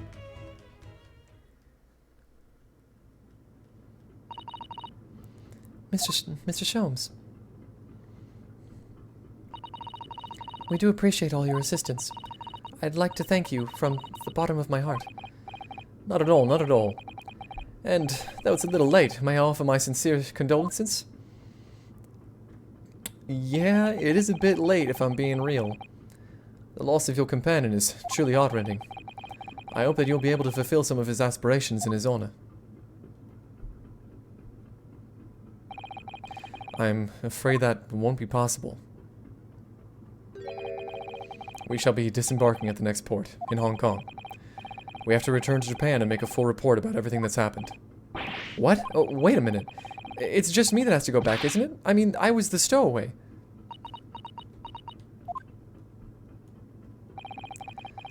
The terms of his study tour were negotiated by the Department of Justice in both Great Britain and Japan. It was to be one lawyer and one assistant. Was to be? In the light of Mr. Asogi's unfortunate death, I'm afraid the study tour can no longer go ahead. Oh no, I don't care for me, but... Poor Susato-san.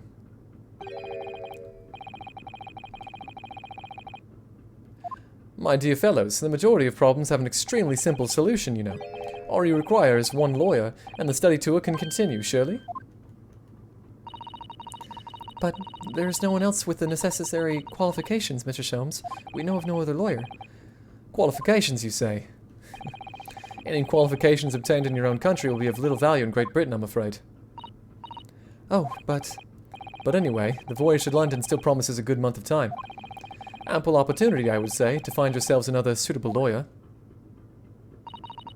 Yes. Or it could be me. Miss Susato? Yes? Do you think perhaps I might be able to do it? Ah! But you're not a lawyer, Mr. Naruhodo. Oh, unless... Are you studying law? No, I'm not, but... I'm sorry. In that case, I don't think there's even a chance it could work.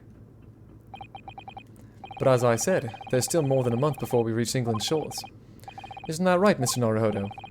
Yes, I have a month in which to study, to learn what I must to become a lawyer in Great Britain. Mr. Naruhodo. That's ridiculous. Are you seriously suggesting anybody could learn all of that in just 40 days? There's only one way to find out. And that's by doing it. I would work my fingers to the bone, Inspector, every single day. Will you let me try? And if, by the time we reach Great Britain, I haven't learned enough to be recognized as a lawyer, I'll take whatever punishment is deemed appropriate. But why put yourself in such a difficult position? For Kazuma.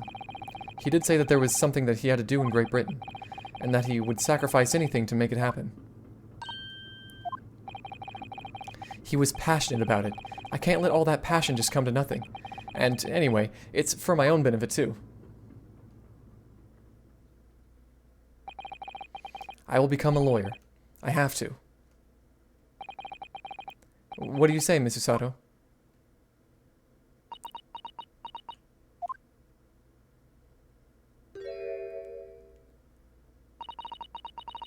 I think it's a wonderful idea. Thank you. She looks like so genuinely happy there for the first time like since we've seen her. So, what does all be spectacled inspector-friends say? Are you serious? One lawyer and one assistant. The numbers are indisputable. No, no, no. It's madness. Yet fascinating, wouldn't you agree? Fascinating? Duty and rules are the dull routine of existence that we all abhor. Give us interest. Give us fascination. Speak for yourself. Besides, qualifications are no measure of a man. What matters is his character, no? And you've witnessed ample evidence of this man's exemplary character today with your own eyes. From the early hours of this morning until this very moment now. Despite contending with the passing of his close companion, and despite the accusation of guilt, this man has shown resourcefulness, intelligence, and above all, courage. Yes, I did. Thank you. Very well. I'll think of a clever way to word my report to the Department of Justice. Inspector! After all, I did just make a promise, didn't I? I said that I'd do anything at all to make up for my shortcomings here. Oh, thank you, Inspector. If you'll excuse me, I must pay a visit to the captain's quarters, I think. I need to discuss what to do next and how to best make my report.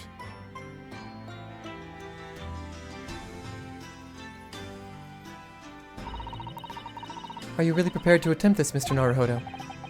Yes, I'm gonna try. I wonder, would you consider teaching me what I need to know? Everything about being a lawyer? I would be delighted to help you. I am a judicial assistant, after all. Thank you. It's gonna be great. Naruhodo and Susato against the world. And, Mr. Naruhodo, I'd like you to take charge of this. What? Me? Are you sure? That's a whole katana, man. I'm sure it's what Kazuma-sama would have wanted. Its name is Karuma. It's a great sword that's been in the Asogi clan for generations. Very well. I accept. I'll treasure it always.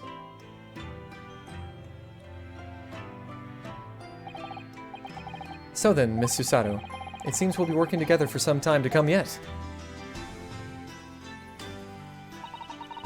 It will be an honor, Mr. Naruhodo. And for the next 40 days, I shan't grant you a single minute of freedom. We shall fill every spare moment with study. Yes, that's exactly what I needed. But, before we begin, I have an earnest favor to ask of you too. Goodness, what is it? Please throw me to the ground. 3 times. Oh, in revenge, or not. But she wants the reciprocal action, I see. What? I should never have doubted you. You were Kazuma-sama's closest friend. Of course you would never have done anything to hurt him. That should have been obvious to me from the start. But I allowed suspicion to get in the better of me.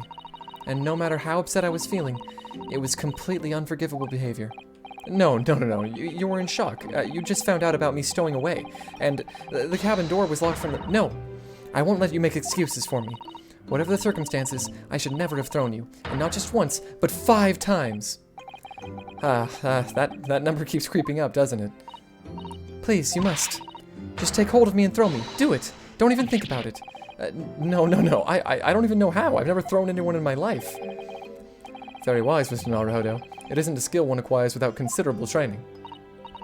Oh, Mr. Sholmes. I observed your throwing technique several times with great interest. I confess I was most impressed. When did he see that? I presume that would be a form of Japanese wrestling? Oh, well, in a way. It's not wrestling, but my own interpretation of an ancient jujutsu technique. Apparently it's called the Susato Takedown. It leaves your head swimming, believe me. How beguiling. I'm a practitioner of the combative arts myself. I'm somewhat accomplished boxer. There he goes, dancing around again. I wonder if you'd ever be so kind as to instruct me on the technique of your resting throw. Yes, I'd be honored. Is she about to throw him? Then let us not dally. Demonstrate, my dear madam. Oh, of course. No, not on me. Please, not on me. Are you ready, Mr. Naruhodo? Sorry? Hi-ya! Why do you keep doing this to me? As you can see, you throw from the abdomen. Oh yes, arresting indeed. And that is what you term the Susato Takedown, is it? Actually, no. That was a Susato Squash. Oh, that was a completely different move? Okay. In my groggy state of consciousness, a scene from an evening recently spent with Kazuma flickered into my mind.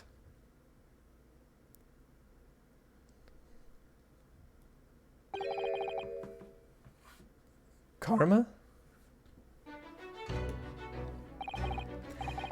That's right. It's a prized sword that's been passed down through generations of the Isogi clan. I can't believe you managed to get permission to bring it with you. I mean, taking a katana on your study tour is a little more like... it's a little more than a little irregular... Oh my god, what am I trying to say here? I mean, taking a katana on a study tour is more than a little irregular, surely.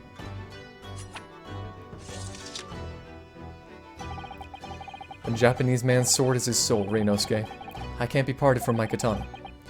Karuma guides me. I truly believe that. So, Kazuma and Karuma? I guess that's right. So its name compels its wielder to slice evil in two? Not even you would need such compelling. On that subject, there's something very important that I have to do in Great Britain. And I'll sacrifice anything to make it happen. I'd appreciate you seeing it through with me. Of course I will. Whatever it is, I'll see it through to the end with you. I knew you wouldn't let me down. That important thing he had to do. I still don't know what it was. Well, that's really unfortunate, given that I'm headed to Great Britain already. But I'm going to see the place for myself and work it out. In Great Britain's capital, London. It's gonna be great. So that was so weird. That was an entire episode where I spent absolutely none of it in a trial. Wow. That's pretty cool. And I got to do deductions with Mr. Herlock Sholmes. That's awesome. I'm definitely gonna get the next episode started here. If there's an animation, I'm ready to turn off my camera. Glancing over my records of the late last century, I am faced by the events of a certain bitter winter. A murder in a carriage as it sped through dense London fog in the dead of night. Though the victim and the perpetrator were the only ones inside, there were multiple witnesses to the crime itself. However, none could have imagined at the time that such a seemingly obvious case as this would end in such a horrendous manner. My friend, Mr. Herlock Sholmes, once said of the incident, "I believe that perhaps that case was indeed the prelude. The beginning of a long concerto that impressive Japanese student and I were to play together."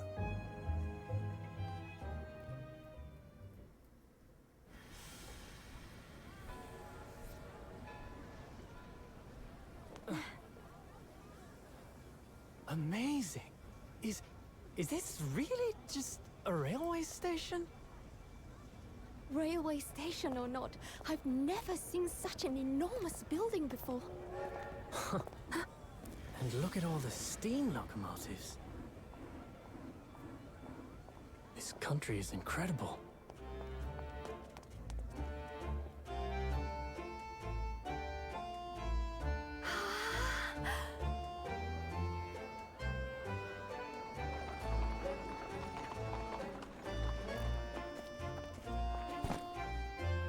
I feel like I'm dreaming. So this is the capital of Great Britain. So, where to? Oh, hello. Climb aboard. I'll take you wherever you want to go. In that case, the Supreme Court in Whitehall, if you wouldn't mind. My pleasure. I suppose you're visiting students from abroad, eh? Yes. Thought so. Well then, I hope you enjoy your stay. And welcome to the centre of the world, Great Britain's mighty capital, London.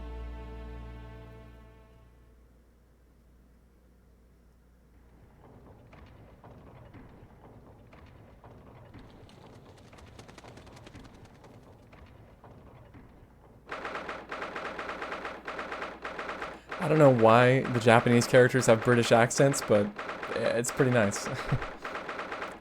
18th of February, 9:21 a.m. British Supreme Court, Lord Chief Justice Office. This looks sick. I would love to have an office like this with like the gears constantly around and stuff. That's amazing. What an incredible place. It's so imposing. It's almost suffocating. This place is breathtaking. It looks like a fortress. There are some stone buildings like this in Japan now, of course, but they've only been built in the few short decades since we opened our borders to the outside world. An authentic example like this has quite a different impact, wouldn't you agree? A far cry from the wood and paper most of our buildings are constructed from. It's certainly unfamiliar. But I think there's more to the differences than just construction materials.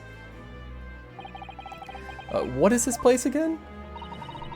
This is the Lord Chief Justice Office, Naruhodo-san, in the Supreme Court of Great Britain. The Lord Chief Justice.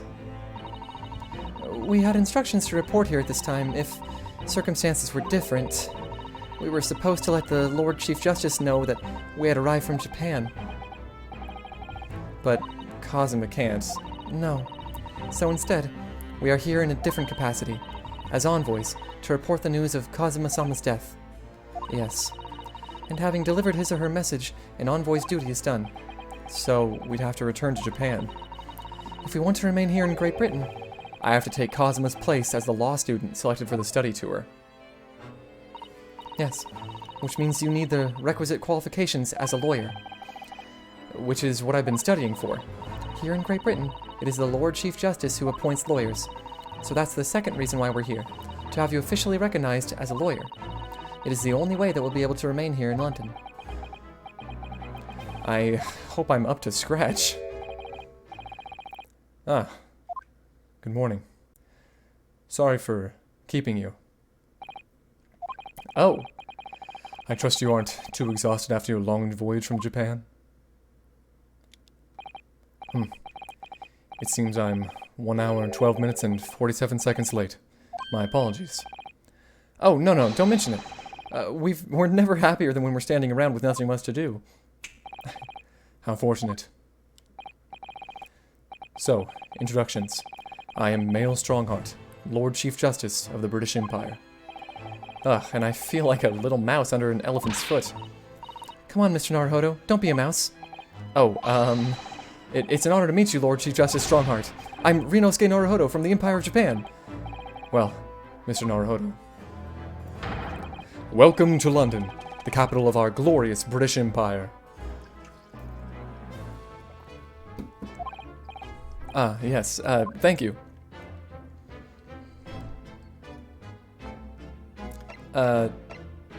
Yeah, let's talk. So, what are your impressions of the capital so far? How do you like London? Oh, well, help.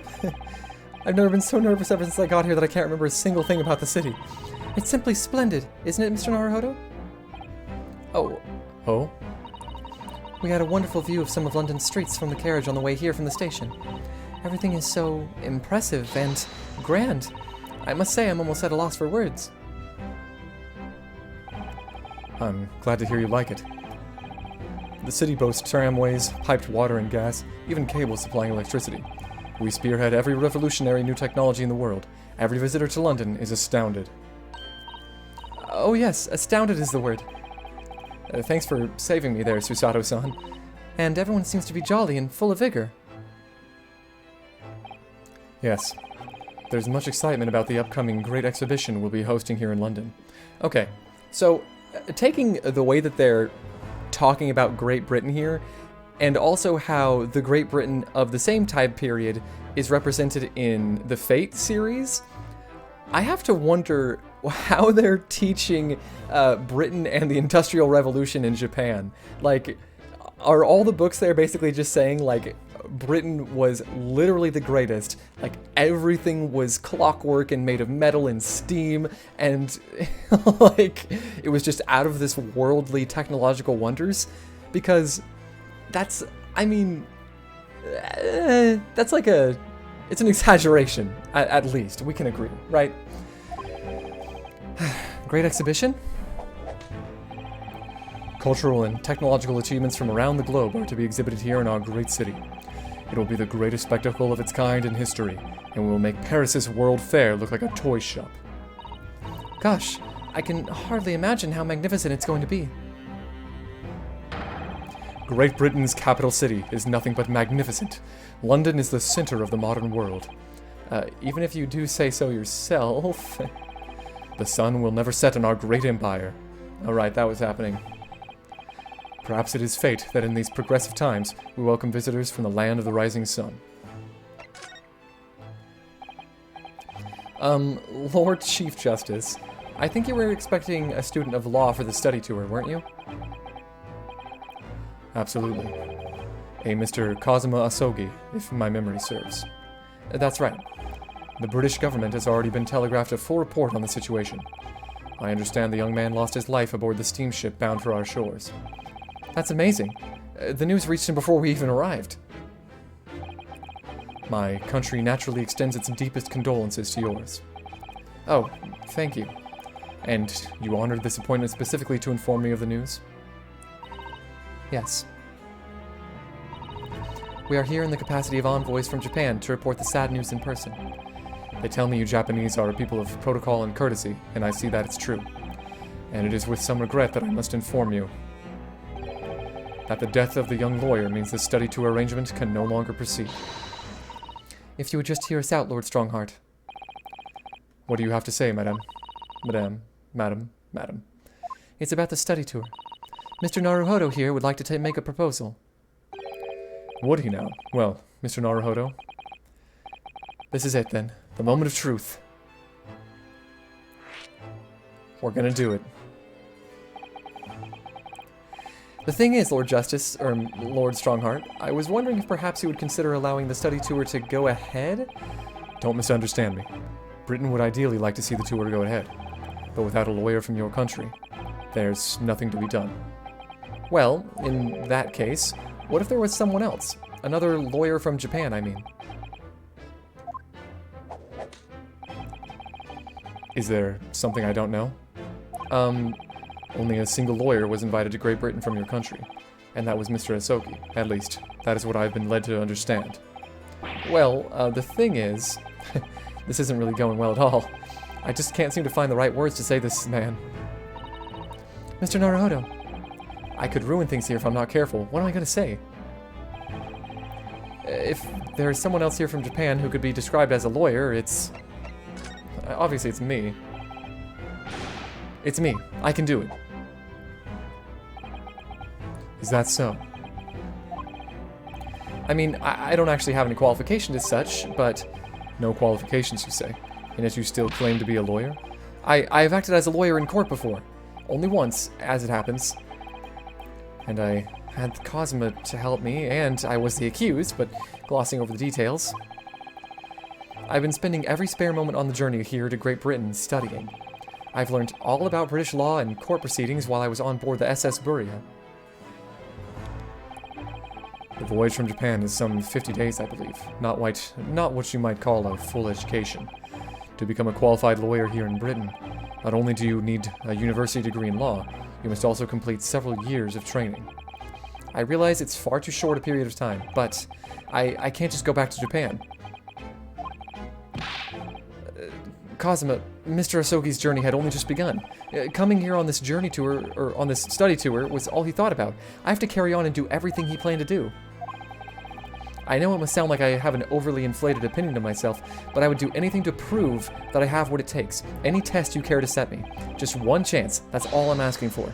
Please. 31 seconds. Sorry? Your opening statement there, Mr. Naruhodo. It was 31 seconds long. Not too brief, not too protracted. A perfectly judged appeal, I would say. Which is a skill that would stand you in good stead as a lawyer. Oh, thanks. So, you're willing to put those words to trial, are you? Well, I'm all for entertainment. Huh?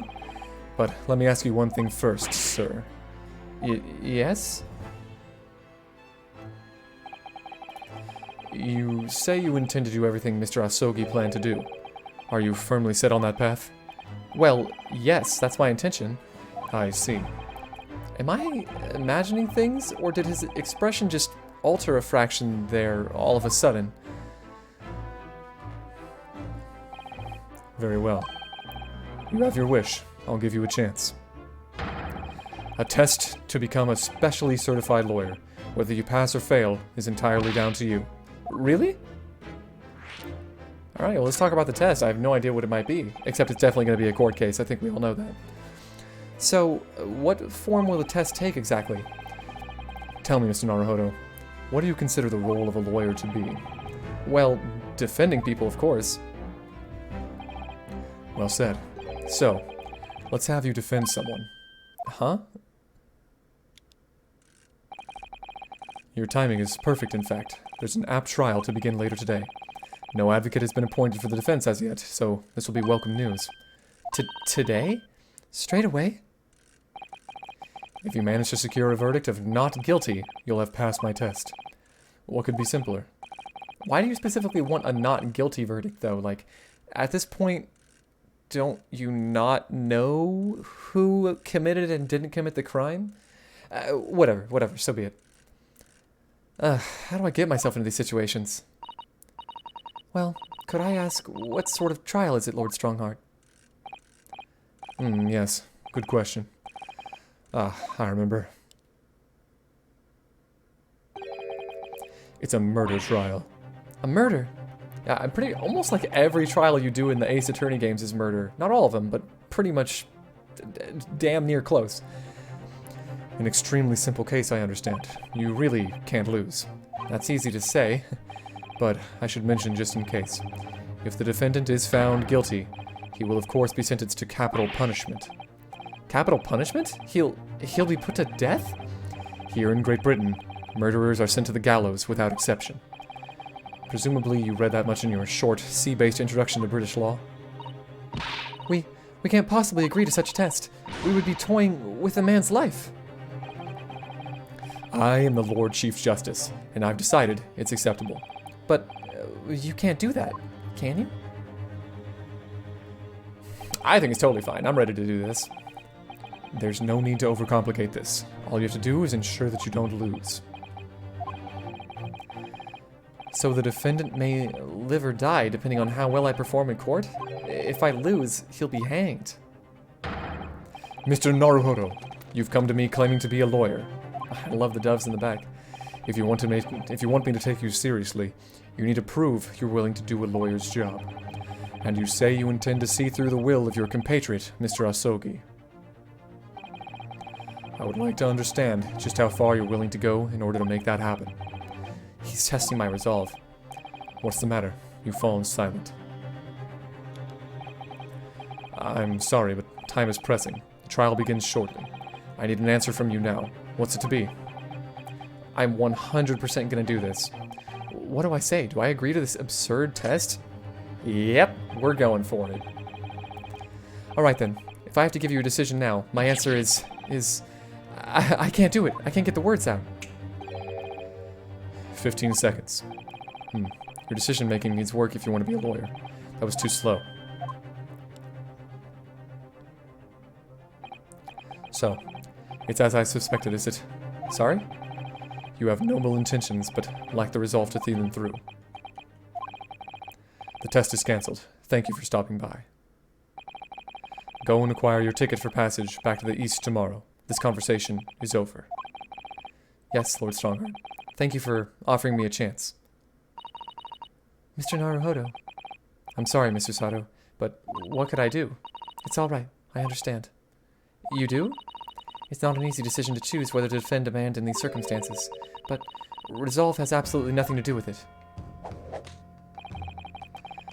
What are you trying to say, madam? I think what Mr. Sato means is that no matter how badly I'd like to be recognized as a lawyer and stay here in Great Britain, to risk another man's life by treating his one and only chance at a trial so trivially, that would be utterly unforgivable, and I feel exactly the same way. I'm sure the defendant won't see this trial as a test, as some kind of experiment. That's the truth. A lawyer may fight for his clients in court day after day, but for each one of those clients, the particular day they stand in the dock may be the only chance they have to fight to prove their innocence. No, I was wrong. I'm not qualified to do that job yet. I'm sorry for wasting your precious time, Lord Chief Justice.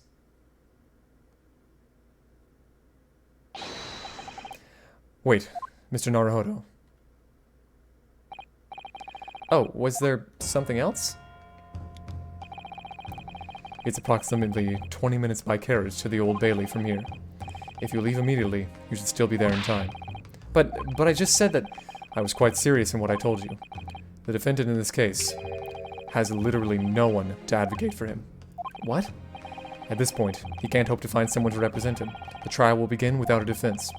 And if that happens, there's only one possible outcome. He will receive the most severe sentence the judge can pass down. But that's awful.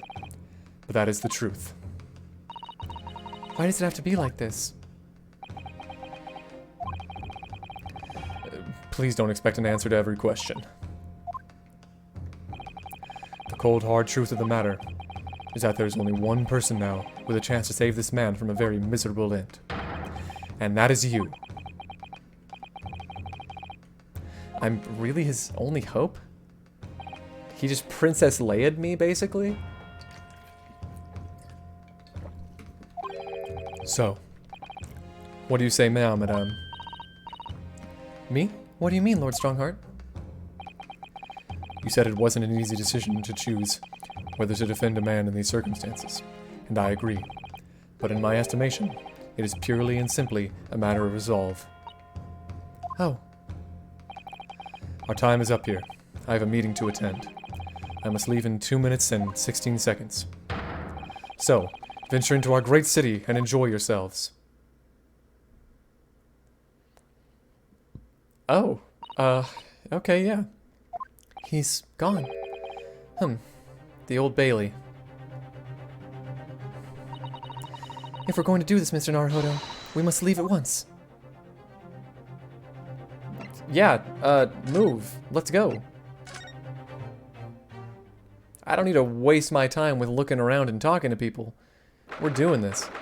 Also, yeah, they got those stupid helmets. I love them. We're here at the Old Bailey, defendant's antechamber. Oh, thank goodness, we're in time. There's still 15 minutes until the trial begins. I never knew a horse-drawn carriage could go so fast. I thought my teeth were going to rattle loose. Did you hear what I said to the driver when we climbed aboard? Get us to our destination in 5 minutes, driver, and there's a guinea in it for you. It's one of my favorite lines from the Herlock Sholmes stories, and it worked quite perfectly. I'm not quite sure why you're so pleased. I thought we were going to die, and we had to pay gold for the privilege. Well, at least we arrived here before the trial started.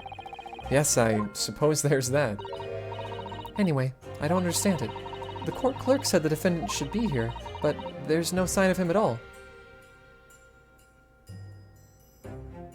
Oh yeah, I guess not, unless it's one of those policemen over there. So, this is the Old Bailey. Even this room for defendants is too... Even the room for us defendants to wait in is grand. Are you alright, Mr. Naruhodo? I'm feeling tense, that's all. This place gives me the same sense of foreboding that I remember from the Supreme Court in Japan. An oppressive air, almost as if it's building itself... Almost as if the building itself is going to crush whoever's about to be sentenced. It feels like only yesterday that I was the one about to be crushed. Yes, whoever the man you're to defend is, I imagine he's feeling very alone at this moment. Top of the morning to you, madam. Sir. What are yous doing following me here? Things are far desperate, ain't they? Sorry? Would you look at those expressionless faces? From the east, are yous? We're from Japan, yes. Ah, Japan, is it? Right, say no more. So, how much do yous need? No, we're just here because... No need to explain, fella. I've been there myself, so I have. No place to go, nothing to eat, barely a penny to your name, and all the while in a strange, faraway land. Well, actually, we haven't found a place to stay yet, no. You kind of remind me of Mad Maud from Teen Titans. Tis grand, tis grand. Let me start by giving yous 1,000 guineas. Say nothing now. 1,000 guineas? Please, Mr. Sato, you don't have to shout. But 1,000 guineas is enough to build an entire mansion in the most prestigious area of Tokyo. What? 'Tis nothing to me at all. I like to ensure I have sufficient funds to weather a rainy day, you see. I have enough wealth to buy the city of London 2 or 3 times over. Could that much rain even fall in one day? Well, even so, we couldn't possibly accept such a large sum of money. Ah! That hit me in the eye! Don't get me wrong, fella. I'm not giving to you no strings attached. I'll be wanting you to do something for me. Oh? To be honest, 'tis a little embarrassing. The trial that's about to begin, you see, is for me good self here. I'll be in the dock. So now, what I want you to do is come along with me and stand there beside me. Officially, you'd be my lawyer, but that's just a little detail now. Oh, well, the thing is, don't worry about the thing. All you have to do is stand up there next to me, nothing more. Otherwise, you see, the trial's going to start without me having any kind of representation at all. So it was true. The Lord Chief Justice wasn't making it all up.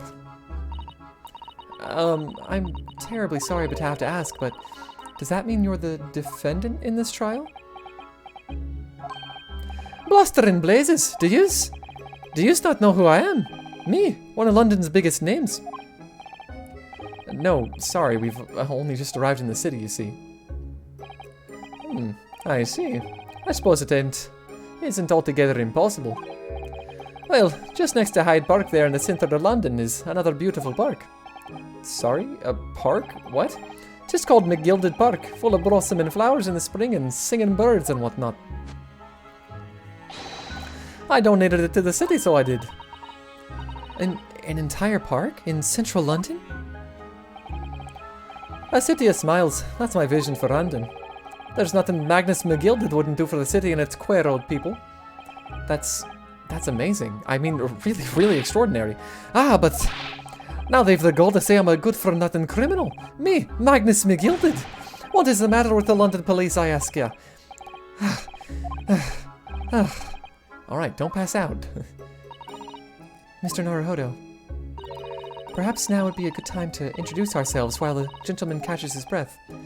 Good idea. Mr. McGilded, the thing is, we're actually here in London to study British law. We're law students on a study tour from Japan, you see. So, if you don't have a lawyer for the trial yet, and you'd be happy to put yourself in our hands, we'll do our best. What was I after saying, you daft idiot? Ah, man, I love this guy. I've given you 1,000 guineas to stand up there next to me, haven't I? Well, yes, but I wasn't really offering to just stand up there next to you. Oh. Oh, I think I see what's going on here. Sorry?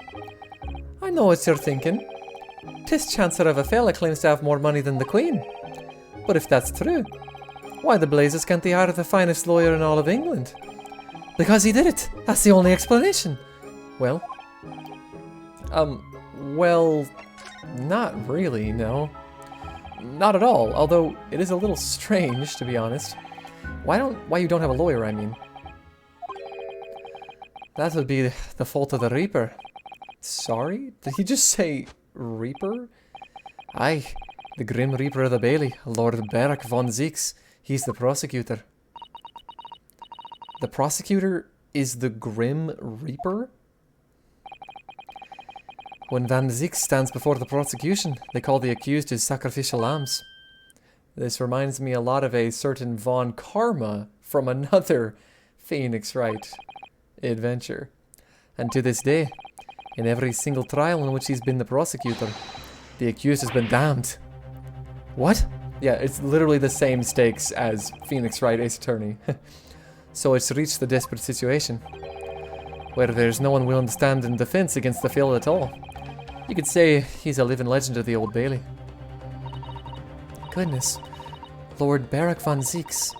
He must be an exceptionally talented prosecutor then.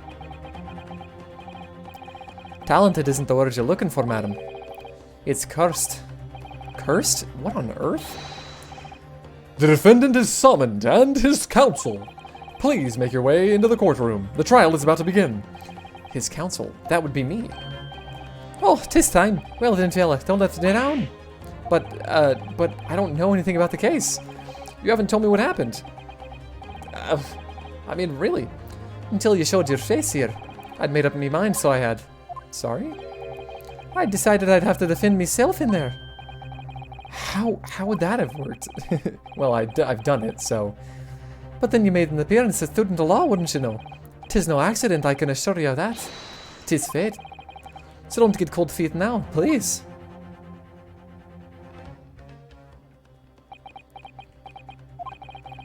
I literally know nothing about the case or about this man who stands accused. In fact, the only thing I do know is that I can't just turn my back on him. So you know what that means. We're gonna go ahead and do this crap. Mr. Naruhodo. The man has no one. He'll have to stand alone in that courtroom, armed with nothing to defend himself. Yes, something that Cosm would never have allowed to happen. Counsel for the defense, what are you doing? If you're late for the start of the trial, you'll lose your right to stand. I'm really messing up the bailiff's accent here, but I'll be right there.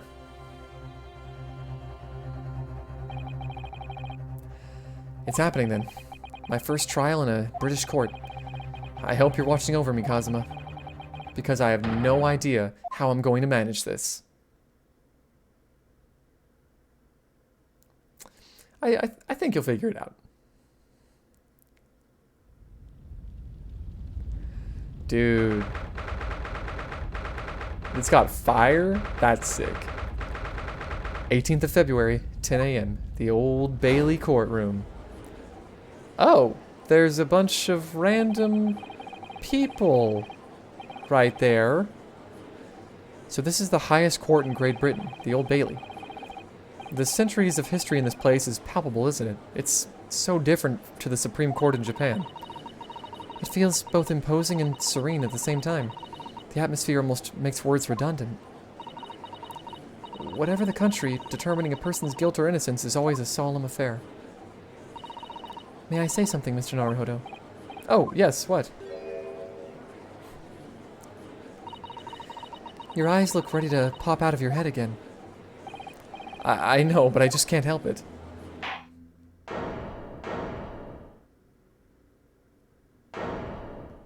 Oh my god, it's Santa.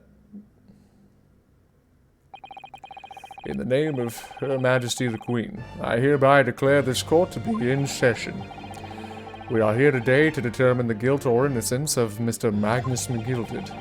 I now call upon the counsels for the prosecution and defense to declare their willingness to proceed.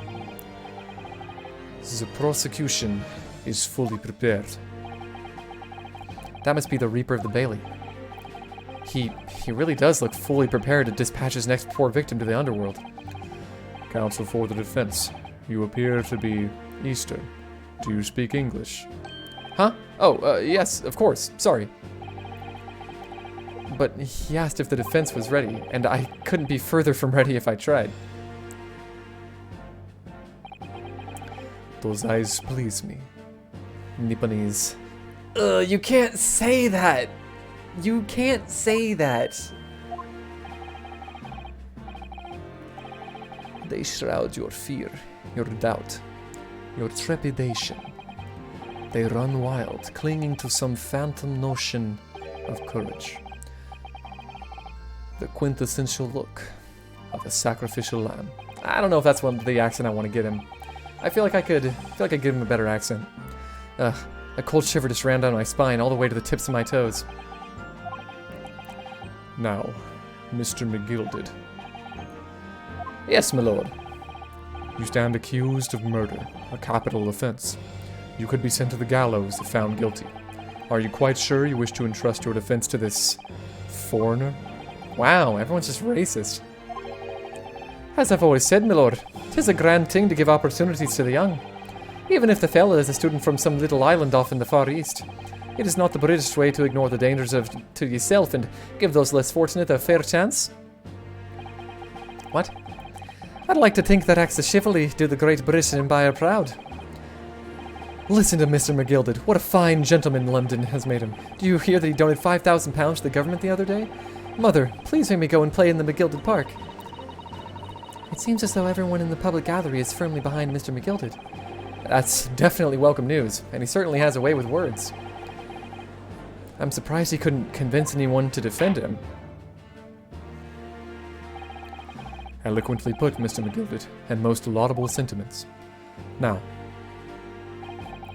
ladies and gentlemen of the jury, I'm sure I need hardly remind you that you 6 members of the public have been selected for your impartiality. Are you ready to proceed? Yes, my lord. If the task is to send robbers to the gallows where they belong, I'm more than ready. At the manor, his lordship always says we should dispose of rubbish properly. Naturally, I agree. Any criminals here will soon be wishing they never set eyes on me. Okay. I feel a chill. Oh, don't mind me, my dears. I'll just be getting on with my knitting. Must finish these mitts for my grandson. I am not going to remember those accents. Don't expect that of me. Ah, Mr. Naruhodo, these people are... The jury, yes, that's something we don't have in Japan yet. That's right. I've only ever read about it. But here in Great Britain, the court's final verdict depends on the opinions of these 6 jurors. The judge passes sentence accordingly to the law, but the jurors determine guilt based on common sense. So the defendant is ultimately judged from 2 completely different points of view. But how exactly do the jurors give their verdict? That I don't know, but I'm sure it will become clear as the trial progresses. Yes. Prosecutor Van Zieks. My lord. It's been a number of years since we've seen you here in the courtroom. I thought you'd renounced your fame. I'm known as the Reaper of the Bailey, my lord. Infamy rather than fame, I would say. But yes, 5 years have passed since I last spread my wings in this capacity. So, what brings you back? Is there some change of circumstance of which the court should be aware?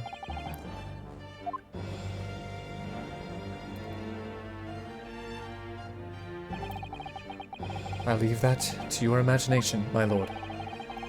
So the Reaper has been out of action for 5 years. Why did he have to choose today of all days to make a comeback? Don't lose heart, Mr. Naruhodo. As you wish, sir. The court nevertheless welcomes your return. Now then, opening statements, I think. A summary of the case, if you please. Certainly, my lord. As your lordship is aware, this is a case of overwhelming simplicity. We must be the only ones in here who aren't aware. The incident took place in the late evening, 3 days past. The hour was some minutes after 10. The victim was a maker of building bricks known in the community as Thrice-Fired Mason. Sorry? Thrice? He was a very accomplished craftsman. The bricks he fired were said to be almost indestructible. Oh, thrice fired as in fired the bricks, not as in he was like let go of his job 3 times, because that's what I had assumed. The victim's corpse was discovered in an omnibus in service on the streets of London at the time. A dagger that had been thrust into the victim's abdomen is believed to be the ultimate cause of death.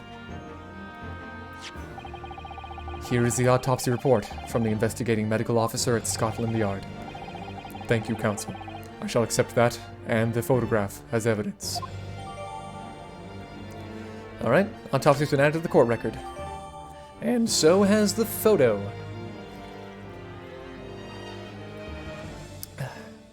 Which you'll notice this time is a color photo. We only had black and white back in the Supreme Court of Japan. And one further item of evidence. The prosecution wishes to submit these as well. And these are... Good lord! Is that blood, counsel? Yes, my lord. Seized by a policeman who arrived at the scene. These gore-soaked gloves were taken from the hands of the accused when he was arrested. What? Mr. McGilded gloves had blood on them? That's kind of a problem, don't you think? Yes, I will accept these as evidence. The defendant's leather gloves have been entered into court record, as per the usual. How did I get into this? I'm backed into a corner before I've even started. Continuing. According to the driver of the omnibus, there were only 2 passengers traveling inside his vehicle at the time. Only 2? Obviously, one of those passengers was the deceased brickmaker, Mr. Mason. The other was the accused, Magnus McGilded. Well, rather damning circumstances to say the least. Defendant, what say you? Well, of course, I have no recollection of such a thing. Mr. McGilded. To be sure, I rode the omnibus that evening, but whenever I'm in a carriage, I'm taken with a fierce tiredness, and I always succumb to it. Are you claiming to have been asleep? 'Tis the motion of the carriage, my lord. Lilting it so it is, and when I opened my eyes again. 'Twas a desperate sight before me. The body of a man I'd never laid eyes on before in my life. Now I ask yous, what good-hearted soul wouldn't rush to help a fella bleeding from his stomach? I wasn't about to start worrying about me gloves now, was I? I reached out to give the man a hand. So the blood got onto his gloves then, after the man had been killed. Unfortunately, that statement of the driver's is only the beginning. What? That's not all of it? There were multiple witnesses to the precise moment at which the brickmaker was fatally stabbed. It seems like a problem. Ora! Ora! Ora! When the killings took place, only the victim and the accused were inside the carriage, and there were witnesses to the crime. This is not just a case of compelling evidence. It's the nail in the coffin for the accused.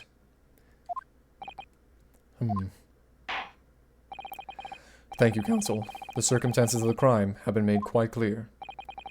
I think we will hear testimony from these witnesses first of all. Your wish is my command. Bailiff, bring the witnesses in at once. Wow, why is he so cold? Oh my god, there's 3 witnesses? Witnesses, your names and occupations. My name is, well, everyone calls me Beppo. I drive an omnibus in the East End. Bruce Fairplay. I'm a banker in the city. My name's First. Lady First. I make hats for gents. Let's begin by confirming the facts. 3 days ago, at a short time after 10 o'clock in the evening, all of you present in the stand were in an omnibus and witness to the aforementioned incident. Is that correct? Oh, yeah, yes, sir. Quite right. Yes, sir, that's right, sir. Very well then. Let's proceed to your formal testimonies, please. Each of you will tell the court precisely what you saw. Let's do some witness testimony. Oh, it was the last bus of the evening, so I had a few customers. I remember it well. The victim and the man accused of killing him were sat next to each other inside the bus. Then, out of the blue, the accused just reached over and plunged a knife right into his guts. That's right. He stabbed him. I screamed, I did. I couldn't help it. As soon as I heard the scream, I stopped my bus, and then I saw it too. Unambiguous testimony, I must say. Exactly, my lord. These men witnessed the incident in the omnibus with their own eyes. I'd like to ask a question, if I may. Yes, counsel.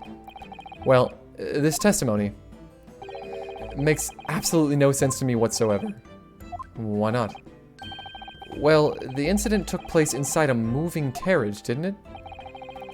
As has been clearly stated from the outset, yes. Well, in that case, how could those 2 witnesses possibly have seen what happened?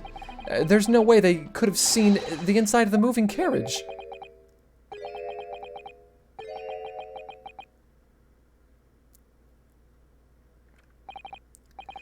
How quaint. I'd read that civilization in the Eastern Island nations was a good century behind our own, but you're here in London yourself, and are you really so ignorant about our omnibuses? Huh?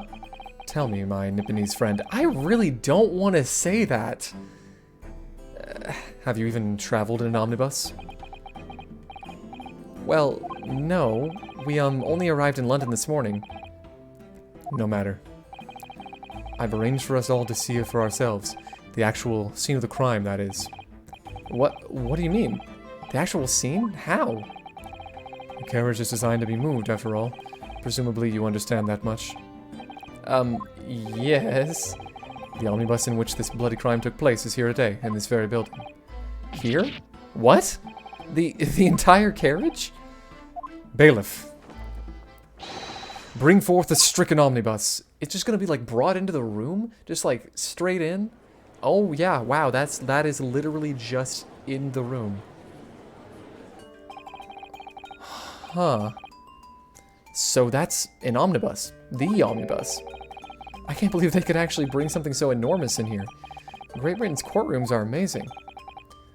As you can see, the omnibus is pulled by 2 horses and can carry up to 8 passengers.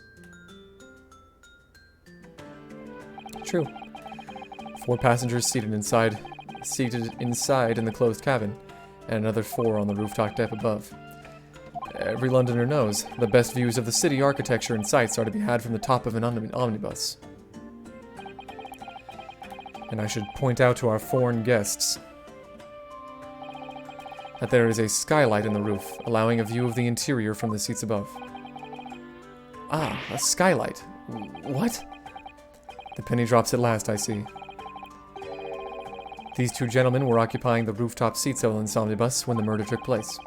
That is how they came to witness the grim incident. Through the skylight. That makes perfect sense. Well, counsel, this is a first. In all my years behind the bench, I've never experienced the crime scene itself being brought into the courtroom. There are a number of important clues remaining inside the carriage, my lord. I would like to submit the omnibus itself as evidence.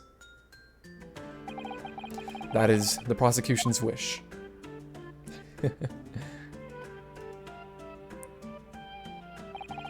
Very well. I see no reason why not. This omnibus here is formally accepted as evidence.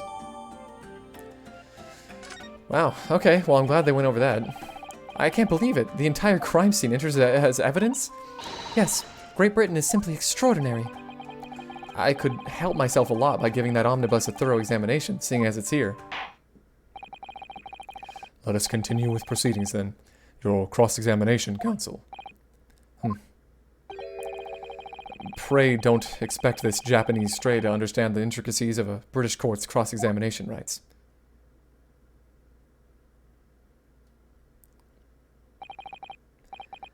Alright, my first cross-examination in a British court. Focus, Ryunosuke. Focus.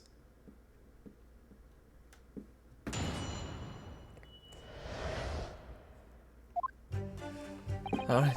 It was the last bus of the evening, so I had a few customers. I remember it well. Alright, I don't need to go through this all again. So, yeah. Yep. Out of the blue, the accused just reached over and plunged a knife. Let's press on this.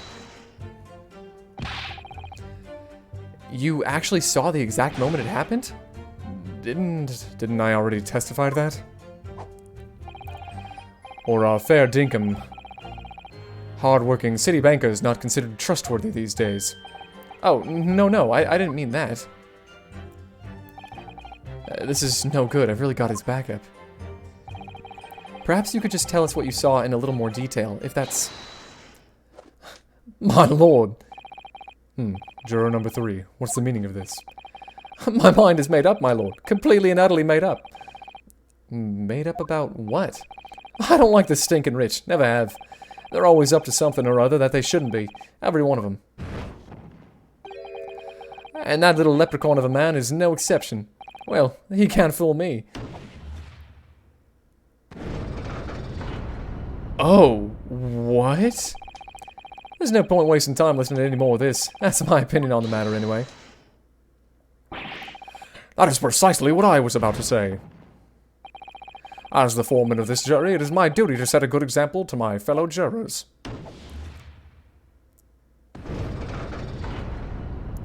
Wow. What is happening here? Let me see. Ah, yes. It seems that's how the members of the jury give their verdicts. With fire? Apparently, yes. White for innocence and black for guilty. As the 6 members of the jury make up their minds about the case, one by one, they each cast a ball of fire into the great scales of justice, as we saw a moment ago. So, if those enormous scales fall completely to the black side, does that mean... Let's do our very best to make sure that doesn't happen. Ugh, now I'm even more worried than I was before. I barely even did anything. I'm already 2 in the negative. Very well. The court acknowledges the change in the jury's stance. Counsel for the defense, please continue with your cross-examination. This is a nightmare. That's right, he stabbed him. I screamed I did, couldn't help it. As soon as I heard the... Was I doing this voice? As soon as I heard the scream, I stopped my bus, and I saw it too. Alright, so when it happened, the only 2 people in the enclosed cabin area were the victim and the defendant. And so help me, 3 whole people witnessed the man I'm trying to defend do the deed. I don't like to be pessimistic, but we do seem to be in a rather difficult situation here. What am I supposed to think here? Is Mr. McGilded really innocent? Or could it be? But before we jump to conclusions, our first task should be to gather information. We need to understand the case much better than we do at the moment. Yes, you're absolutely right. Let's listen to those witness statements again. A little more carefully this time. I mean, I could just press on everything. Or can I lose by pressing too much? Well, yeah. This is an armband that shows that I'm a lawyer. Very cool, very cool. This is the autopsy report. Cause of death, stabbed once in the abdomen with a knife whilst journeying in an omnibus, died to an internal hemorrhaging resulting from the trauma. Yeah, alright. Let's look at the crime scene photograph. Yeah, okay, okay. He was in... I mean, honestly, these clothes are kind of shoddy, to be completely honest. Yeah, these are the leather gloves. Nothing super interesting about them besides the blood, right? I can't see any other discerning markings. Yeah, alright. Let's talk about this blood for a second. Yep, this is definitely blood, isn't it?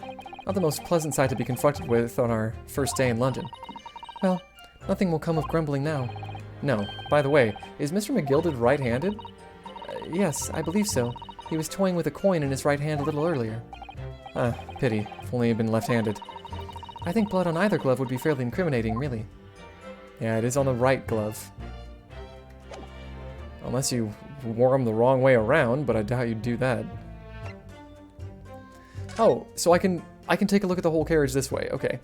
Wow. I can see the blood through the window. Well, let's open the door and go inside, shall we? The scene of a murder. It's horrible. Alright. That's blood that's soaked into the seat. The victim's, obviously. Yes, and that seat would be clearly visible from the roof deck. Would you really stab somebody in full view of the other passengers like that, I wonder? Well, it was after dark, and there was a lamp on in here, so perhaps the culprit couldn't see anything outside through the skylight. Whichever way you look at it, it doesn't seem like it was a planned attack. What's this notice all about, if anything? Ah, that's a poster for the great exhibition that's due to start 6 months from now. There's a lot of focus being drawn to the Crystal Tower, the centerpiece of the whole exposition. I've heard about that before. Somebody else said that. Oh, the Crystal Tower. It's under construction already, I believe. People all over London must be fizzing with excitement at the prospect of such a grand event. Okay. Yeah, this is the other seat. This seat looks reasonably soft, but it's actually rather hard when you sit on it. And only just wide enough for 2 gentlemen to sit side by side, really. Of course, an English gentlewoman would be dressed in such finery, it would be quite impossible for her to climb up to the roof deck, so she would have to be seated in here. A woman in a kimono would have the same problem. Women's clothes are very impractical, aren't they? What is this under-seat compartment? The seat has a handle, it seems. Okay, yeah, so there's enough room in here to have a full person. Potentially. This looks like all sorts of equipment that might be needed to keep the omnibus running. Feeding tubes, tools to repair wheels, blankets, horseshoeing tools. So it's a storage compartment for the coachman to keep his things, it seems. There doesn't seem to be any space for passengers to stow their luggage, that's for sure. Well, I don't imagine it would be very convenient for that purpose anyway. Yeah, like under your butt? But, I mean, it looks like there's enough room for a very small person to be in here, perhaps. Huh. Let's talk about this skylight. It's quite a large skylight, isn't it? Yes, quite large enough to afford a good view into the cabin from the roof deck. And there doesn't appear to be a handle or catch of any description. So I suppose it can't be opened from inside the cabin, at least. Yeah. Alright, well, that's probably the important stuff that I need to see in here. So let's get out. Have you seen enough? Let's step back outside then. Alright. What else do I really need to look at? Probably the top portion, right? Yeah, I mean, it's probably just gonna give me the same. You can certainly see the inside of the carriage through this opening, that's for sure. Yes, and there's a lamp in the enclosed cabin. So I'm sure the witnesses would have been able to see quite clearly. That's not good for us. Okay, but which seat exactly can you see, right? Yeah, okay, from where they're sitting, they can definitely see the one where the guy got stabbed, but they can't see the seat under them. That just doesn't... That's not possible. It's simply not possible. And that might be good knowledge to know in the future. I'm just going to start pressing on everything, just because I'm not sure where I need to get extra information.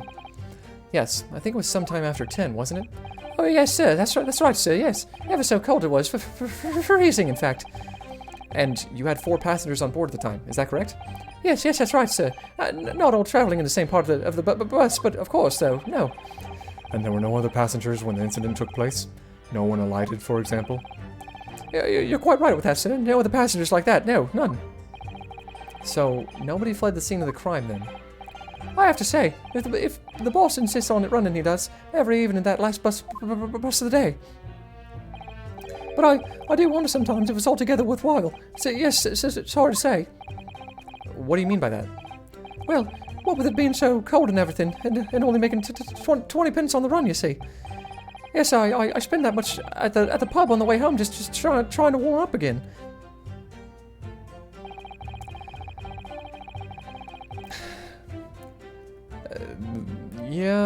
Yeah. They were sat next to each other? They were sat across from each other, as far as I know.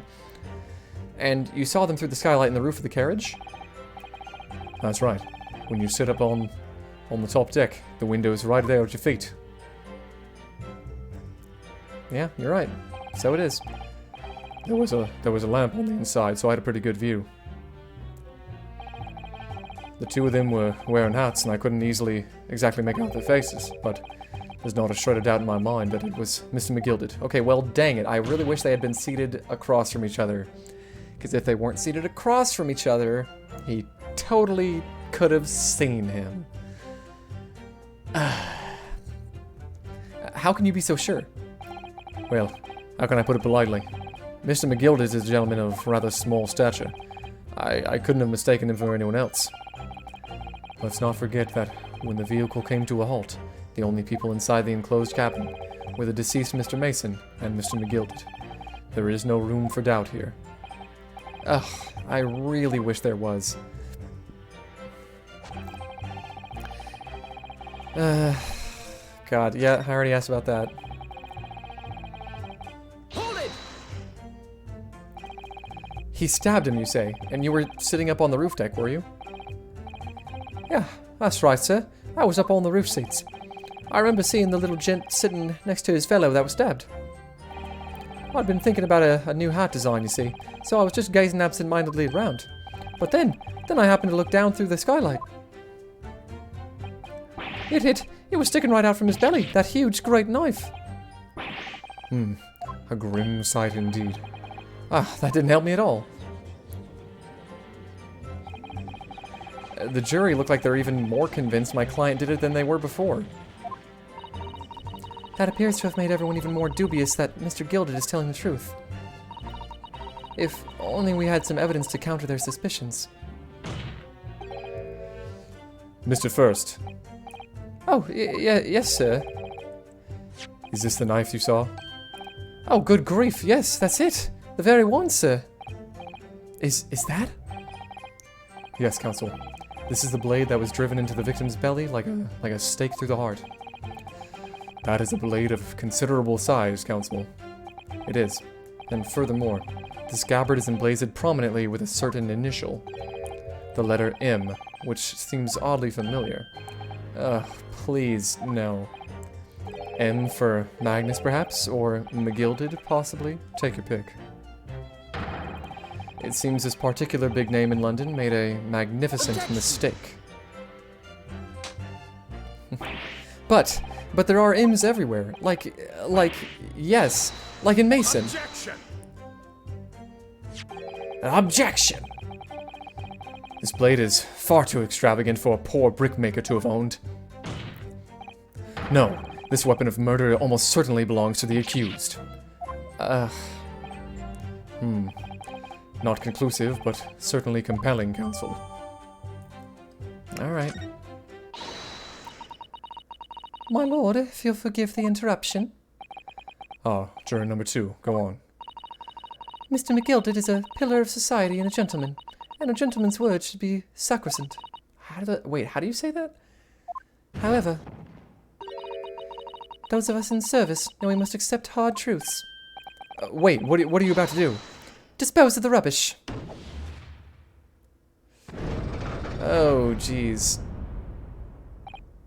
No. I don't wish to cause offense, but I do like to eradicate all traces of filth and grime. Jeez, you guys. I have painstakingly typed every word uttered here today and cross-referenced all the facts. As such, I am now in a position to draw the only logical conclusion. Wow, we're really doing that poorly, huh? Not again. That's 4 of 6 jury members who've proposed a guilty verdict. There are only 2 left. I forgot to do the accent. We've had it. Every time I press these witnesses for more information, I just make the situation worse. Nevertheless, what we need more than anything at the moment is more information. We're still very much in the dark. I suppose I'll just have to keep pressing the witnesses, knowing that more sparks may well fly. We mustn't give up hope that we will uncover something that will give us a way to fight back. But... Alright, I'll keep trying. I can't give up. Even though this looks pretty dire at the moment. I just need to keep calm and listen to the witnesses' statements again.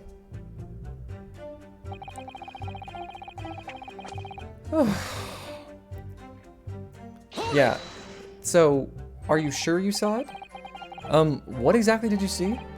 Oh, well, sir, that would be the passenger, sir. Yes, collapsed on the floor he was. And by the passenger, obviously you're referring to the victim, Mr. Mason, the brickmaker.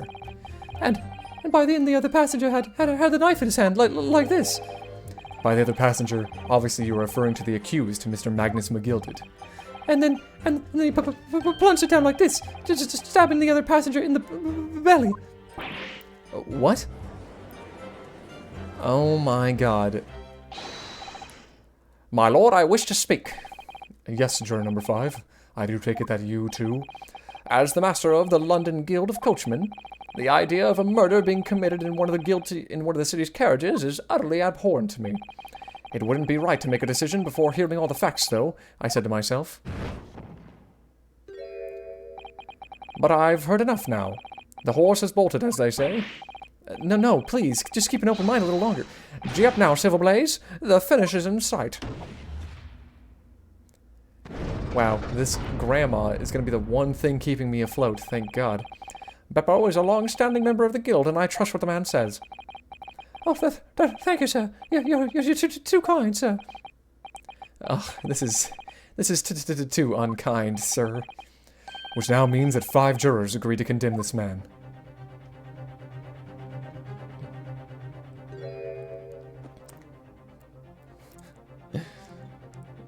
Jeez. Madam Juror number 6. Yes, dear. What can I do for you? You have heard the testimonies of the witnesses in the stand. Oh, yes, I certainly have. Still got my hearing, you know. Then, pray tell, why are you yet to pronounce your leaning? Well, dear, the thing is, I'm a creature of habit, me. I always go to the park at around this time of day and sit on a nice bench and get on with my knitting. So she does. There's a lovely little park just near where I live. McGilded Park, it's called. The gentleman donated it to the city, you know, to put a smile on Londoners' faces, he said. I can't imagine such a fine young gentleman would have it in him to take another man's life. He is always doing wonderful things for the city. That's right. A man like that wouldn't stab someone, surely. Mother, may we go to the McGilded Public Library later and borrow some more books? How many Londoners live with their heads in the clouds? Do you people not know what kind of a man Magnus McGilded really is? What kind of a man is he? The philanthropist Magnus McGilded has enough wealth to purchase the entire city he claims to value so highly. But where did all that wealth come from? Your client is a Shylock, sir, and one with the very darkest of souls. I don't know what a Shylock is. What? Stone the crows. McGilded lends money at extortionate rates of interest to so his victims have no hope of repaying him. When they default, he takes possession of everything they own. He is a vulture that preys on the weak. I've never heard any mention of that before. Your faculties haven't deserted you, I'm sure, madam. So has this thought not crossed your mind? Would a man wealthy enough to buy London in its entirety not have a carriage of his own? That's yeah, good point. What possible reason could this man have had to make use of public omnibus service?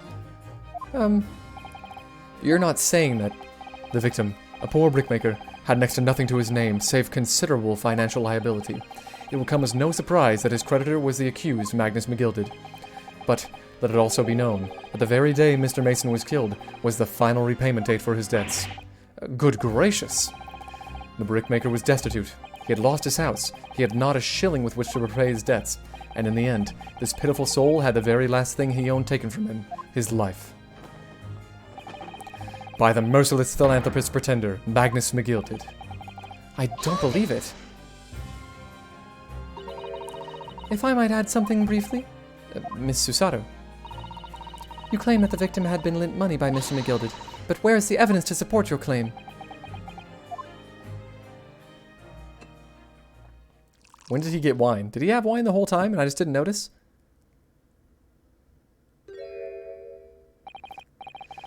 Pray forgive the discourtesy of filling my hollowed chalice in a court of law.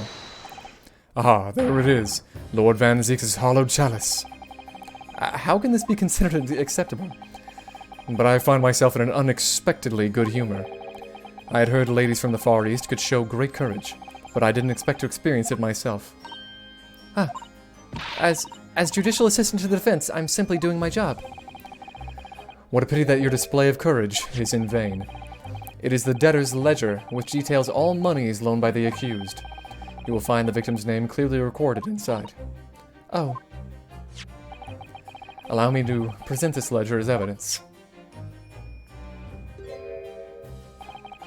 And pray forgive the discourtesy of raising my chalice in a toast to the enigmatic East at the same time. A marvelous toast, counsel. I will gladly accept this new evidence. Dude, this court is weird. This court's super weird. It doesn't make any sense to me, like, at all. Ah, yes. 20 guineas. The victim owed a considerable sum. And the accused made quite certain he had ample recompense. Well, it would seem I've had the wool pulled over my eyes. Regrettably, madam, that is the modus operandi of the accused. And it's such a pretty little park, too. What a scoundrel. Oh my god, really? Is this it? Still? Maybe it's all for the best. Ah, what? Wait a minute. Let's think about this a little more before... I don't stand for nonsense. Wow. I mean... That's it, right? We're done? That was it. The last juror's decision.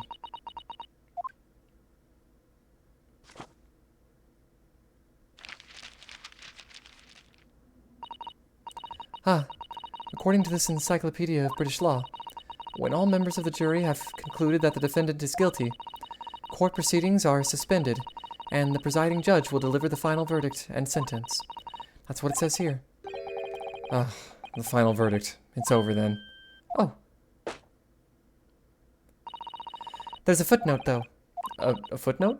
However, the defense... All 6 members of the jury are now in agreement in this case. Yeah, that's true. Allow me to convey my respect for your swift and righteous decision. According to the laws of this country, I will now conclude the trial by delivering my final verdict. I trust there are no objections. I would like to object. Mr. Sato, just tell me one thing. Oh, yes? You were in the middle of saying something before.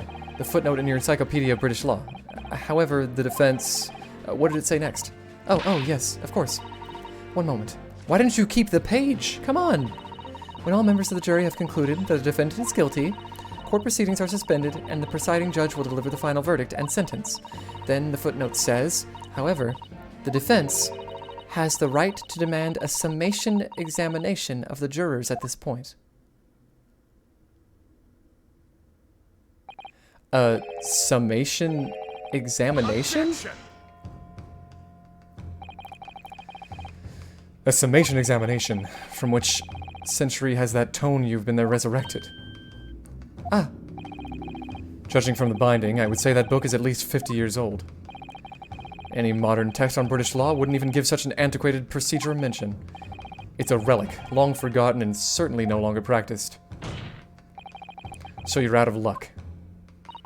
Oh, 50 years out? What even is it, Mr. Sato? This so-called summation examination? oh, one moment, and I'll read about it. Well, I think you can see if the jurors are biased. You would demand the right to a procedure before you even understand what it entails. Typical Japanese. Alright, Mr. Naruhodo, I think I understand. It seems that, under this procedure, we'd be able to appeal to the members of the jury. To do what, exactly? Appeal to them to change their leaning and reverse their decisions, as it says here. If successful, the proceedings of the trial must be resumed. Make them reverse their decisions? Yes. In times gone by, barristers would use a summation examination to attempt to influence the jury's decision. But that procedure became something of a formality with no practical benefit, really, so it rather fell out of use.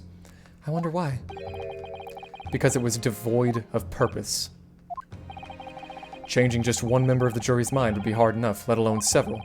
No self-respecting defense barrister would even assert his right to try in this day and age. Hey, so I'm gonna do it, just by the way. Still, I don't see any mention of the procedure actually being formally revoked.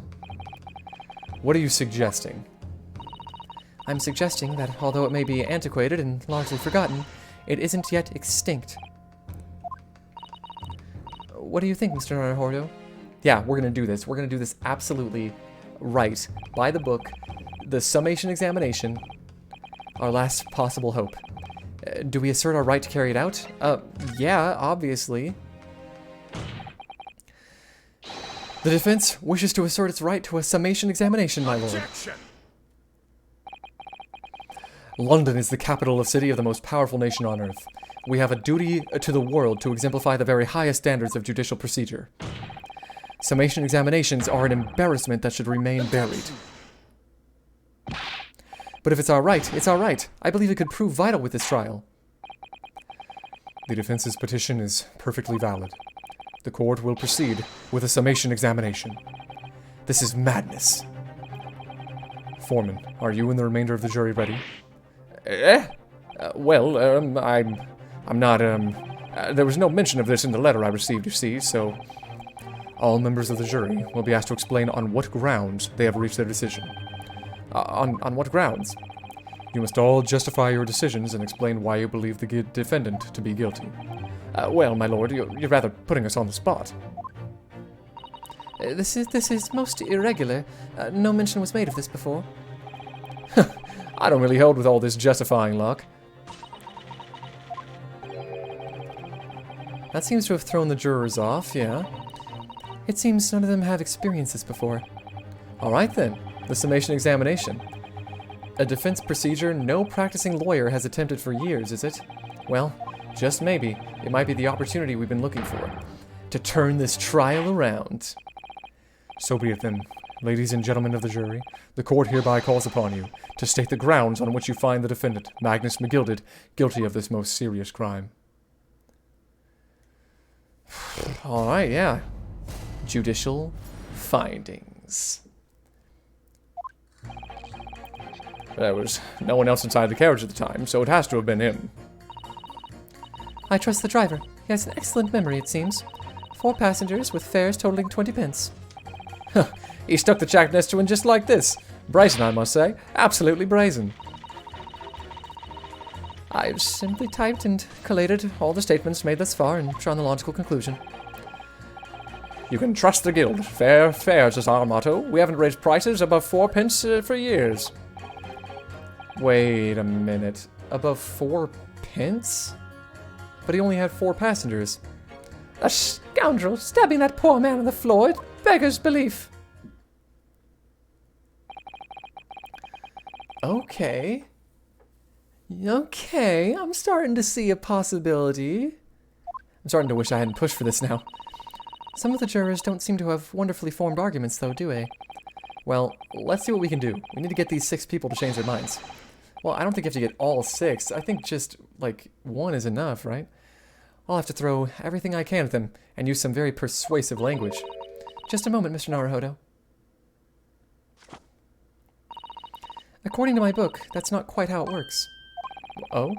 I thought I was going to have to thaw their icy minds with some heartwarming rhetoric about the defendant. Unfortunately, once the jurors have decided the defendant is guilty, they're unlikely to heed anything the defense says. But then, they've reached their conclusions by their own reasoning, you see. Your pleas will sound like excuses. In fact, it could recoil on you. The more you try to persuade them, the more entrenched they may become. Then what on earth am I supposed to do? Oh dear, I'm just citing what I've read about British law, Mr. Naruhodo. Right, I'm sorry. Do you have any idea about how to make this work, then? Well, from what I can understand, the key to this procedure is using the jurors' own words to make your arguments. And I can do that. What do you mean? Well, the 6 members of the jury are randomly selected members of the public. They may appear to present a united front, but the truth is, they're all complete strangers who just happen to find themselves here in the courtroom together. And that's the way to break them down, you mean? Yes, exactly. We must listen very carefully to what each member of the jury says, and see if we can identify any contradictory statements. If we can, we then contrast the statements and pit the corresponding jurors against each other.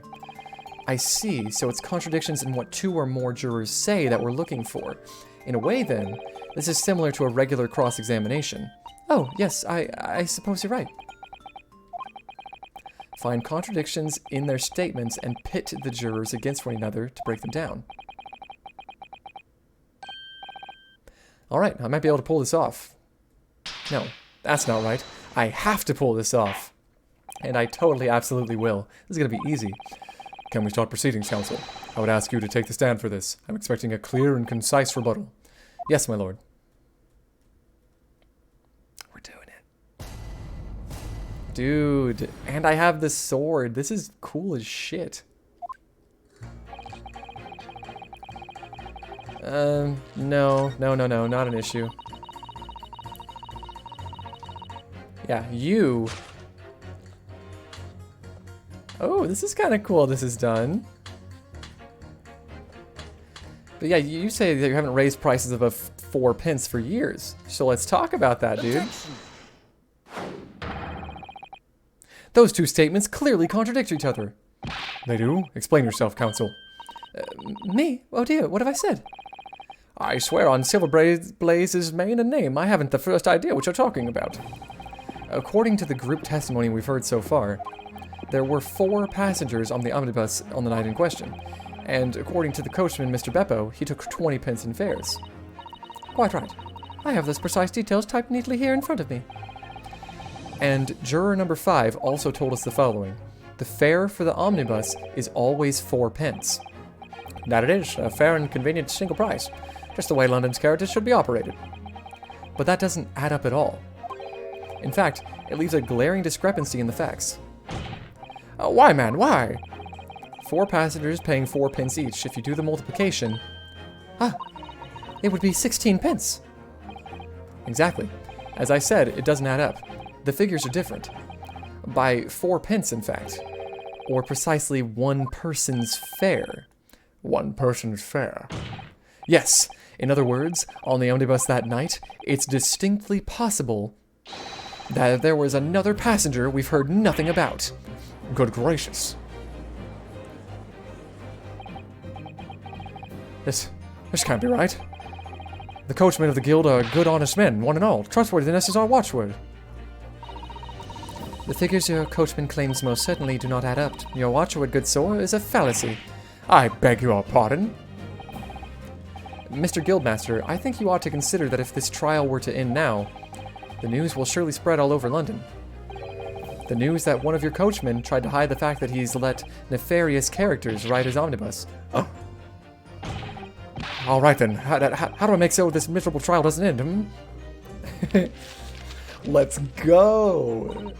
Well, according to my book here, you simply launch a ball of fire onto the inside side of the set of scales. Now hold your horses there, coachman. We're all in agreement, so why do you have to go and... Wait till I get my hands on you, Beppo! Nice! We're back! We're back in it! We're doing it! This is all very irritating. Begging your pardon, sir. I'm going to do the same. Oh, dude, we got 2. Okay, so what you're telling me is, I mean, these scales are going to change constantly over the course of the trial, I mean, right? For the love of Mike, not you as well. A penny can be the difference between a smile and a tear, after all. I certainly can't put my trust in someone who doesn't follow my exacting standards in financial matters. Oh, really? I, for one, think it's only proper that we hear from the witnesses again. Oh, well done, Mr. Naruhodo, you did it! If we can manage to change 2 more jurors' minds, we can force the trial to continue. Wait. 2 more? I have to do 2 more? I thought this was already enough. Actually, there is something else that's bothering me about a couple of their assertions. Then that's where you must strike next. So I need to pit 2 or more jurors against each other and show there's another contradiction in their assertions. Exactly, you can do it. Well, the scales of justice have shifted, but they still weigh heavy on the side of guilt. Counsel, you have the floor again. Continue with your summation examination. Okay, those were the only obvious ones that I knew about. No one else in the carriage at the time. Well, okay.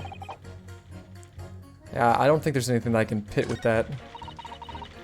There's nothing really I can pit with that either. I already did you. The scoundrel stabbing that poor man on the floor. It beggars belief. Wait, on the floor? Wait a second.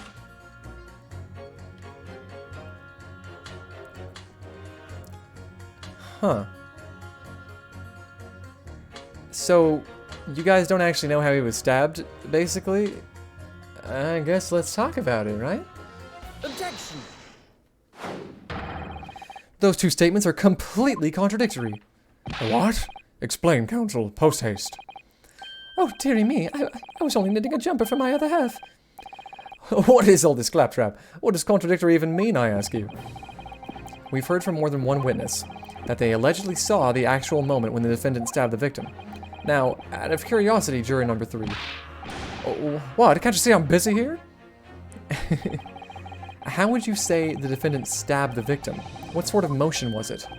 Ha! Want to test me, do you? It was like this. Stuck the fellow next to him without even getting up, just like the prim banker said. Yes, that was Mr. Fairplay's testimony. Quite true. Now then, juror number 6. Oh, is that me, is it? What can I do for you, young man? How would you say the defendant stabbed the victim, madam?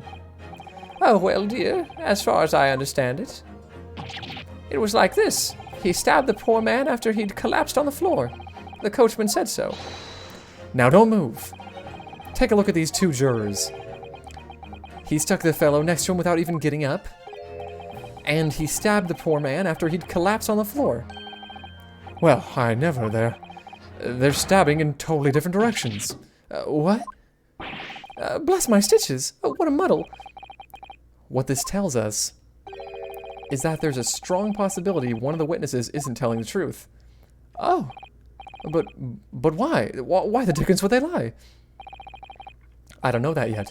But what I do know is that if the trial ends at this point, we may never find out. We may never know the real truth. Ladies and gentlemen of the jury, can you really let that happen in all good conscience? Lies, you say? Oh, dear me. I would not abide people telling lies. Very nice. The scales. I don't believe it.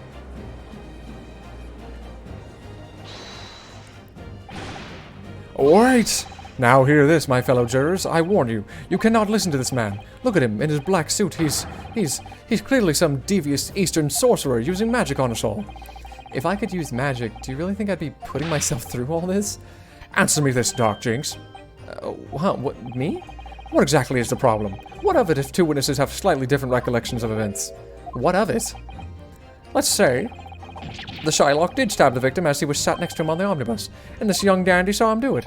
And now let's say that the victim collapsed on the floor, and then the Shylock stabbed him again, and this old lady saw him do it. Well, what's to say it didn't happen like that, Who are you calling a dandy, sir? Why, I should take this knife to you. Who are you calling old? Why, I should take this needle to you. They're ready to kill each other now. That juror number 1 guy is not making any friends. But could the foreman of the jury be right? Did the 2 witnesses see 2 different moments of the crime? It's out of the question.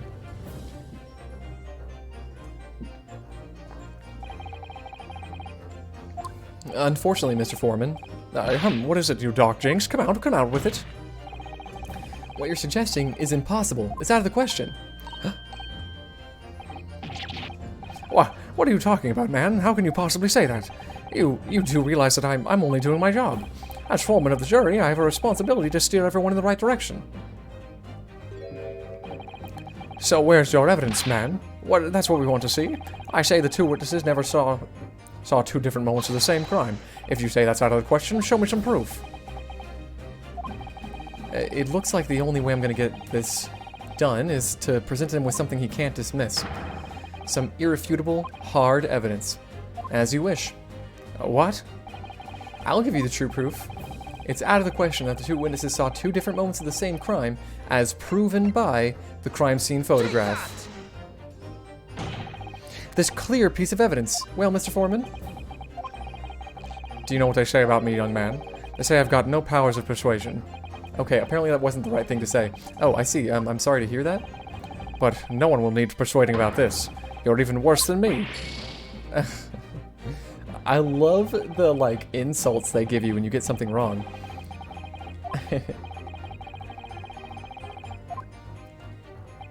Oh, the autopsy report. God dang it.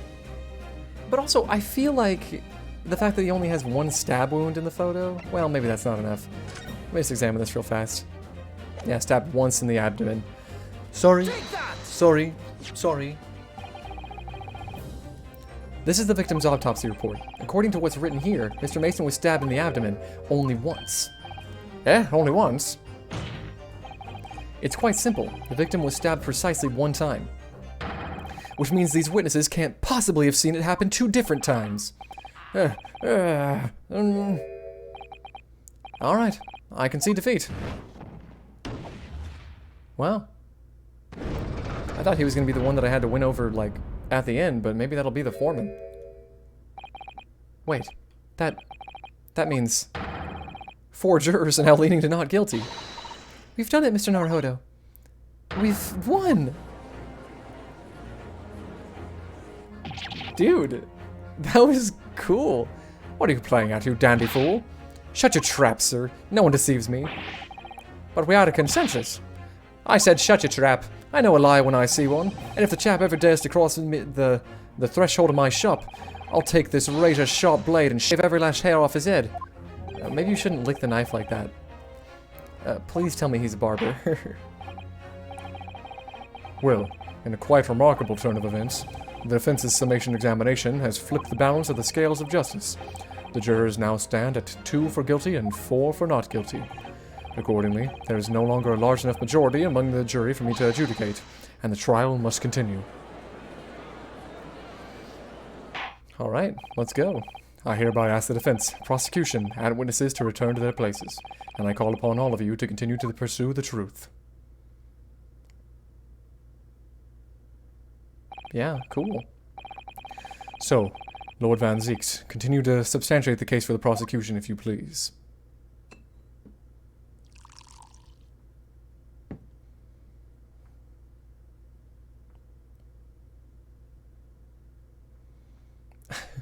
He's so into it. What? Having savored the rich aroma of the carmine contents of this hallowed chalice, it may seem crass to crush it to dust. Pray forgive the discourtesy. Lord Van Zieks. Ugh. Is it cold in here, or just me? As your antiquated tome no doubt says, the prosecution may not speak during a summation examination, so I honored a deathly silence and listened to the charade. It seems I overestimated the intelligence of the jury. Wow, rude. Well, no matter. There's nothing so hard to prove as a self-evident truth, it would seem. No, and why else would we grace the courtroom with our presence after all? So, let us proceed to the next round of battle.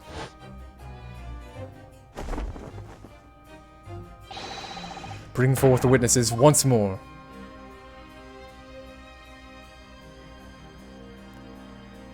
Dang. Witnesses, I trust you heard the summation examination we have just had to endure. Oh, yes, sir. That I did, sir. Of course I heard it. Oh, yes, sir. I heard it. You, sir, on the end, the coachman. I believe it's Beppo. Yes, sir, my lord, sir. If it transpires that in your previous testimony you were attempting to veil the presence of a fifth passenger on your omnibus, you'll be found guilty of perjury. You are advised to bear that in mind, sir. Oh, mio Dio. Now then, witnesses, I hereby call upon you to testify once more. You will explain the various misgivings brought to our attention by the defense's summation examination. The thing about the fifth person seems more, like, interesting. I only carried 4 passengers that night. I swear it, but. Well, I for one was told I had to pay 5 pences for the bus. He fiddled us on the fare, he did, and then I saw that blood-curdling sight as well. It's all too much. I tell you, McGill stabbed that man. Everything I said before stands. Oh yes, he stabbed him. Yes, he did. I think so, yes. Counsel, make sense of this for me, please. The phantom fifth passenger conjured into existence by my learned Eastern friend never existed. The confusion has arisen from the coachman's sly little cousinage. Beppo, explain yourself. I'm terribly sorry, Guildmaster. The Guild's fare is 4 pence across the board, you know that. Am I to understand that you've been overcharging our passengers by a penny a fare? It's so cold, and the last run of the day is always half empty. You have been dishonest, coachman. I'm sorry. You're a disgrace, Beppo, And your selfish actions have brought dishonor on the entire guild. If I may, sir, I had to pay 10 pence on the bus just last week. What? 4 passengers at 5 pence each is, yes, 20 pence. I've done the arithmetic 10 times already, but I just can't make the result come out differently. No, that figures. Well, it would appear that one of the aforementioned misgivings has already been explained. So, counsel for the defense, your cross-examination, if you please. We've already had the pleasure of a protracted summation examination today. I see you intend to continue this parlor games. Absolutely. I'm so proud about parlor games. Okay. Wait, and then it... Yeah, okay, so there's a but that you're not talking about. Oh, the but is the 5 pence. Right.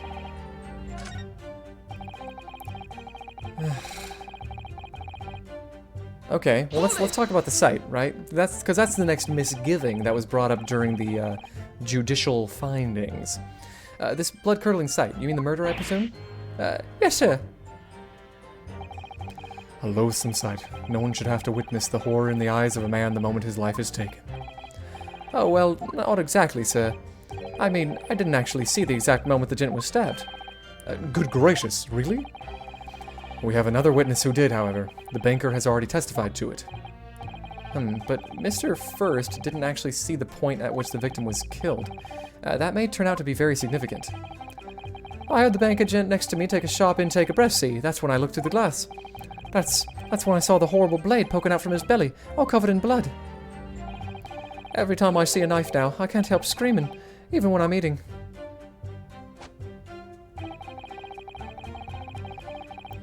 Huh.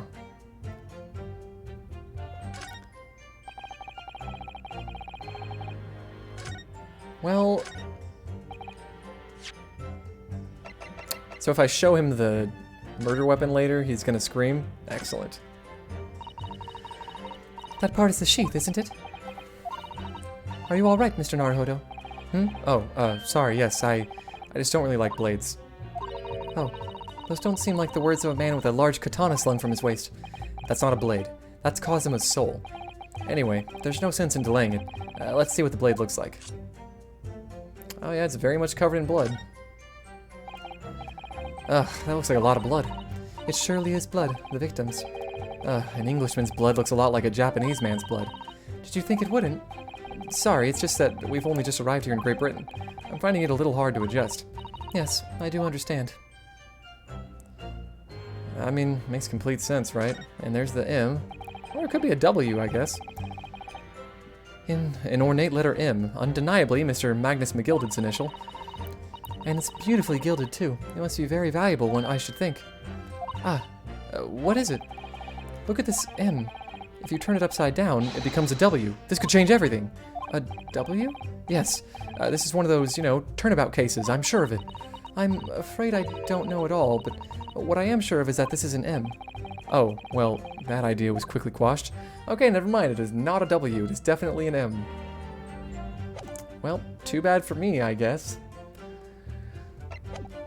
Huh. Yeah, 5 pence. Okay, let's hear what you have to say about this matter. So you saw the defendant, Mr. McGilded, stabbing the victim, Mr. Mason, who was sitting next to him? That's what I saw, isn't it? It was bothering me before, for just a brief moment, he hesitated before answering the question. Anyway, there's only the two of them inside the carriage, wasn't there? There's been much talk of a fifth passenger, but as yet, zero evidence. Then what are we wasting all this time for, eh? It's black and white. The man's guilty. Something about Mr. Fairplay's testimony just jars with me. I wish I could work out what it was. Well, maybe I need to press you first? Earlier, you testified that you saw the moment when the defendant allegedly stabbed the victim, didn't you? Oh, yes, that's right. You said that the victim was on the floor and described the assailant holding the knife in an ice pick grip. Did he? I suppose. I might have, yes, put the cart before the horse, maybe. What's this? Well, I'm quite sure about most of it. I was driving the horses when I heard a scream from the seats of the roof deck. Oh, I suspect that was me, sir. Then when I turned around, yes, I saw through the skylight. The gentleman was on the floor and the knife was sticking up out of his midriff. That's right, yes. And the fellow holding the handle was the famous man, yes. So, in short, you didn't see the moment when the victim was actually stabbed at all? I really thought I did, but when I go over it again in my head, no, I suppose I didn't actually see the precise moment of the stabbing, did I? Ruth! Oh? Excuse me. Do you have something to say about that, Mr. Fairplay? Now you listen to me. I know what you're thinking. He didn't really see the exact moment the fellow was stabbed. What are the chances of that? Eh? Are you asking me or telling me? He's getting flustered. I might be able to extract some new information from him if I answer him cleverly. Could he have just happened to see the exact moment the crime was committed? Could he have just happened to see the exact moment the crime was committed? No chance. Well, it is a little hard to believe, certainly. Unless you spend your time peeping through a skylight on top of the omnibus, that is. Peeping? I'm a respectable city banker, I'll have you know. And I know what I saw. I remember it as clear as a Ballarat day. It was a grim scene, I don't mind telling you. Thank you, Mr. Fairplay. Oh, excuse me if I was getting a little hot under the collar there, my lord. I would ask you to supplement your testimony with a clear statement about what exactly you saw. Oh, I can do that all right. I'll tell you just how grim it was. Please do. Do you think I'd forget the sight of those blood-soaked hands after that butcher stabbed the man?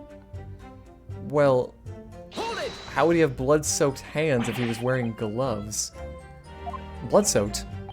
Ahem, well, perhaps soaked is laying it a little on thick, but anyway, there was definitely blood all over them. Both of them were covered in it. And you saw that from the roof, through the skylight?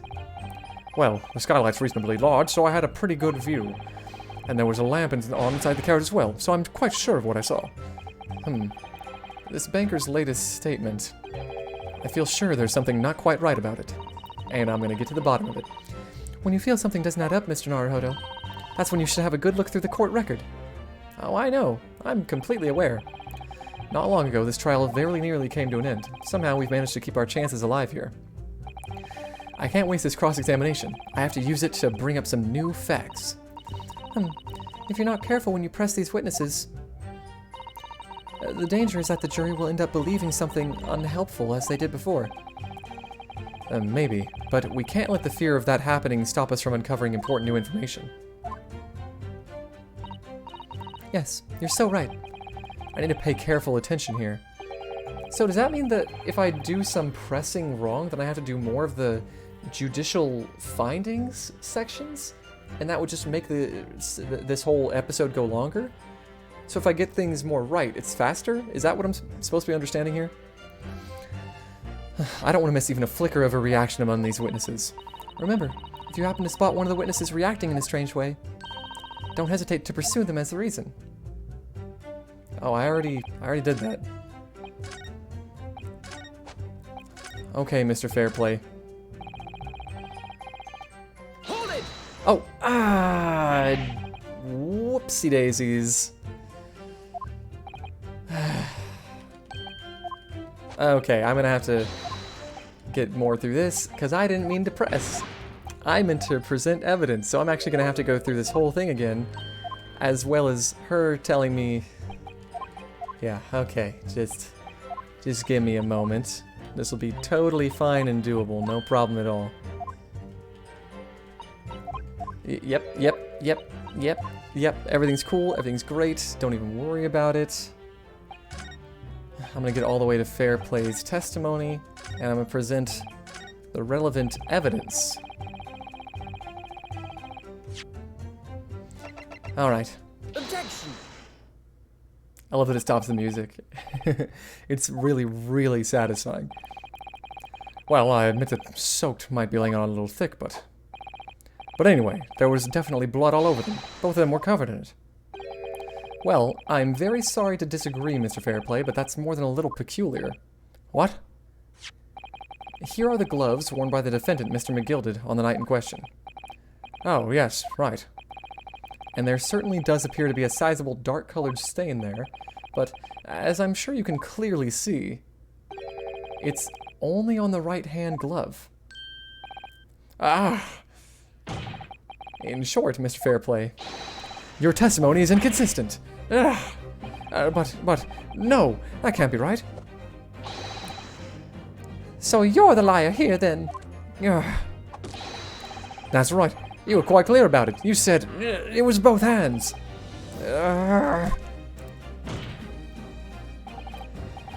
Mr. Fairplay, if your last statement was a lie, it calls your entire testimony into question.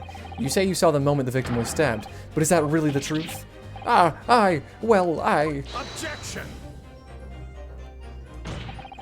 It was a simple mistake. You can't justify accusing this man of lying. Yes, it wasn't both hands, it was only one, but the fact remains. The victim's blood was on the accused. No, Mr. Fairplay categorically stated that he saw blood all over both hands, which means there's a strong possibility that this witness was deliberately trying to mislead the court. Why? I'm a city banker, for pity's sake. My word should be the gold standard. I'm a gentleman, not some gutter snipe. Upstanding members of society don't prevaricate. Prevaricate? Jeez.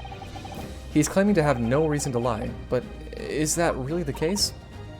Mr. Naruhodo, if we had some evidence to explain why Mr. Fairplay might be lying, it could turn the tide in this trial completely. Let me look at that debtor's ledger, just to be completely certain about something. Come on, open it up. This portfolio must contain all sorts of secrets about London's gentry. Oh dear, do you really think we ought to look inside? Well, it's not as though we know any of London's gentry personally, is it? Apart from our great detective friend, perhaps. Actually, I wonder. I assure you we will not find Mr. Sholmes' name inside. Well, let's see what we find. Okay, I can't read any of this bullshit. Gosh, it's crammed full of gentlemen's names, isn't it? Well, I suppose they're probably not all gentlemen at all, are they? After all, not everyone in this country is well off. Ah, goodness. What is it? Look at this. Do you see the name here? Bruce Fairplay. I thought he would be in here. Should that mean something to me? It does sound strangely familiar, actually. Bruce Fairplay, the witness testifying at this very moment. Oh, yes, of course, the banker. Why is his name in here? Ah, he borrowed 20 guineas, did he? And look, the repayment date is fast approaching. It's possible that this is just a coincidence, of course, but this could be very useful information. Nice. I'll be sure to use this pretty much right now. Something to show this man has a compelling reason to lie in his testimony. Oh, I have evidence. My lord. Yes, counsel. The defense is ready to present evidence. By Jove, are you sure? Yes, evidence that will clearly demonstrate why Mr. Fairplay had a reason to lie in his testimony. Very well. I hereby call upon the defense to present its evidence. The evidence that demonstrates a motive for the witness's alleged deception to the court. Take that! This is a list of the debtors who owe money to Mr. McGilded. Yes, a list of innocent victims crippled by the accused's extortion. The point is, among the names of these debtors is your name, Mr. Bruce Fairplay. What? Mr. Fairplay, are you currently indebted financially to the accused? Ah, no. Well, it's barely worth being called a debt. According to this ledger, you owe 20 guineas, not an inconsiderable sum of money, wouldn't you say? Ah, well, what of it? Let's suppose Mr. McGilded were to be found guilty of murder. What would become of your debt in that case? Documents state that the loan agreement is forged between two individual parties. Therefore, were the creditor, the defendant here, to be sentenced to a capital punishment, all outstanding debts which were owed to him would be annulled. They would cease to exist. Cease to exist? Seems like it's a really risky move being a creditor, right? I mean, because somebody could just... and then... yeah. Mr. Fairplay, is it not the case that you claimed in your testimony to have seen something you never in fact saw in a devious attempt to annul your debt of 20 guineas to the defendant?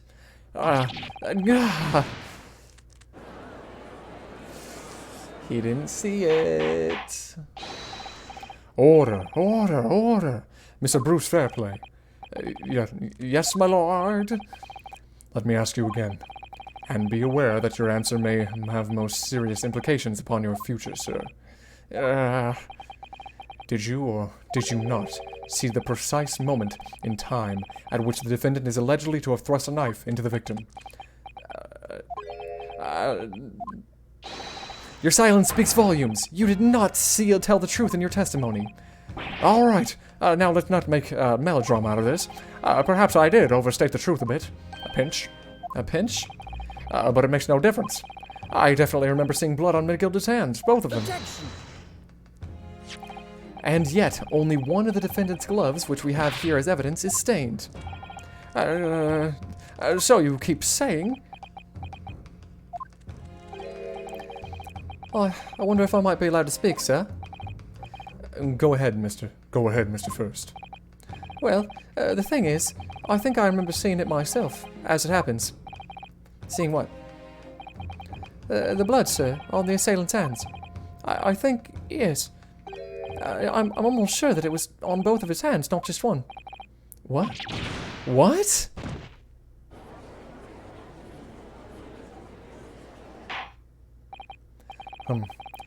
It would appear that we're going to need further testimony from all you witnesses. This time, I would like to know precisely what you did and what you did not see. Do I make myself perfectly clear? Mr. Naruhodo, this is good news. The course of trial seems to have shifted slightly at last. Yes. I might finally have a chance to turn things around here.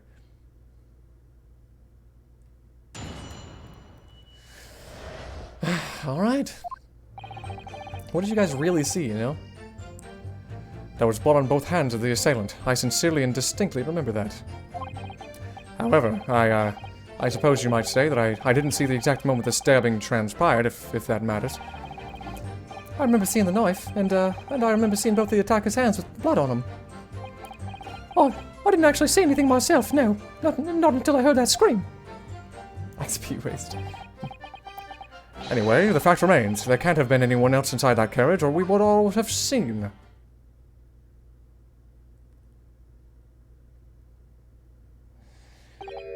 Well, lo and behold.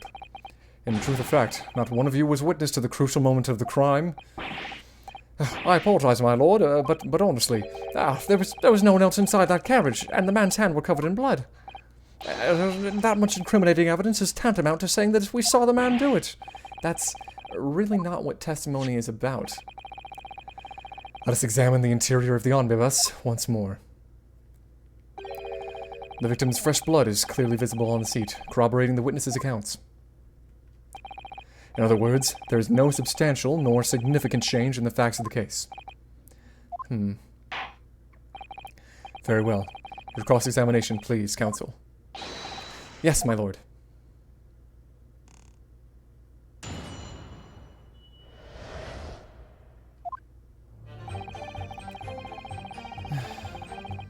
Okay.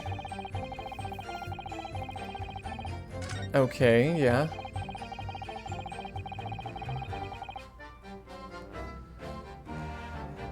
Okay, you saw the knife. You definitely saw that too? Blood on both hands? Yeah, sure. I mean, I know what you're going to say. Only one of Mr. McGilder's gloves had any signs of blood on it. That's right. The thing is, as far as I remember, sir, when I looked down and saw Mr. McGilder sitting beside the other fellow, I don't believe he was wearing any gloves, sir.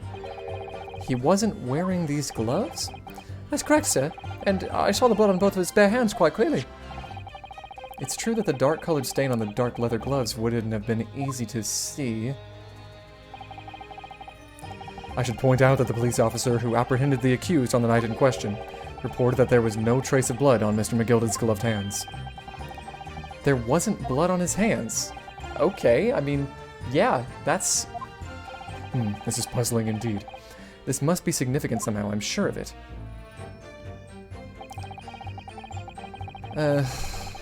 Okay, you didn't see anything, so I'm not going to talk to you. Well, okay, let's talk about this, because there was blood on somebody's hands, and it wasn't Mr. McGilder, and it obviously wasn't the bricklayer. And everything you saw of the incident was through the skylight of the roof of the omnibus? That's right. It was fiercely cold that night. But the glass wasn't frosted over. Oh yes, I remember I was shivering, it was so bitter. Which rather begs the question of why did the pair of you were sitting on the roof deck in the first place? Well, I don't know about this young fellow, but I couldn't get into the cabin. Oh, why not? It was locked from the inside. I tried knocking, but no one opened the door. It was locked? That's right, and it's a public bus service for pity's sake. It's not what I'd call fair play. Yes, I had exactly the same experience. I tried knocking, but the gent inside just gestured at me to clear off. So I had no choice but to climb up to the roof deck and look down longingly into the warm cabin below. Well, I can assure you I wasn't just looking down, I was glaring, long and hard, and that's precisely why I can tell you with absolute confidence that if anyone else was there in that cabin, I would have noticed. Unequivocal, I would say. I'm not sure about these two witnesses. Could they really have seen everything inside the cabin through the skylight? I mean, they might not have been able to. Allow me to confirm one thing, Mr. Fairplay. You were riding this omnibus and witnessed the events in the cabin through the skylight in the floor of the upper deck, is that right? That's right, yes. In that case, there is a portion of the cabin interior that would have been out of sight from you. What? I already talked about this earlier. By golly, really? Obviously, at this stage, we can't say for sure. Yeah, his shivering is really all over the place, right? But the possibility cannot be denied that at the time of the incident, there could have been another passenger in the enclosed cabin. Enough hypothetical meandering, my Japanese friend. The prosecution demands that you substantiate your claims. After all, the scene of the crime is here, in the flesh. Very well, I will uphold the prosecution's demand. You will identify the area on this cross-sectional plan of the omnibus. Where exactly in the omnibus are you suggesting that this potential extra passenger could have been situated? Well, obviously right here. Take that! Both rows of seats on the roof face in the direction of travel, whereas the seats in the enclosed cabin face each other, which means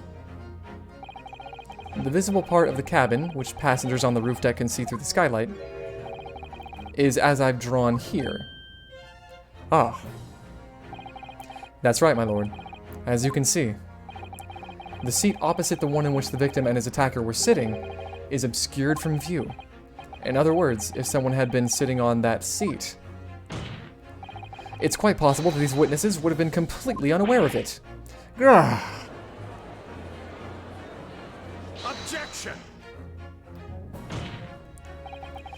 It's quite possible some phantom was sitting there. You Japanese have a forbidding habit of obscuring the truth with ambiguity. Ambiguity. Oh my god, that's how you say that. Ugh. I concur with the prosecution's rejoinder. In a British court of law, evidence is paramount. I cannot entertain this conjecture, counsel. That is, unless you're able to put a name to this mysterious passenger to whom you allude. Can I? I'm pretty sure I can't. I mean, who would have been sitting in the opposite side, right? Can you, Mr. Naruhodo? You know what, actually, now's a good time to save. Just because, I don't know, things could go really sour really fast.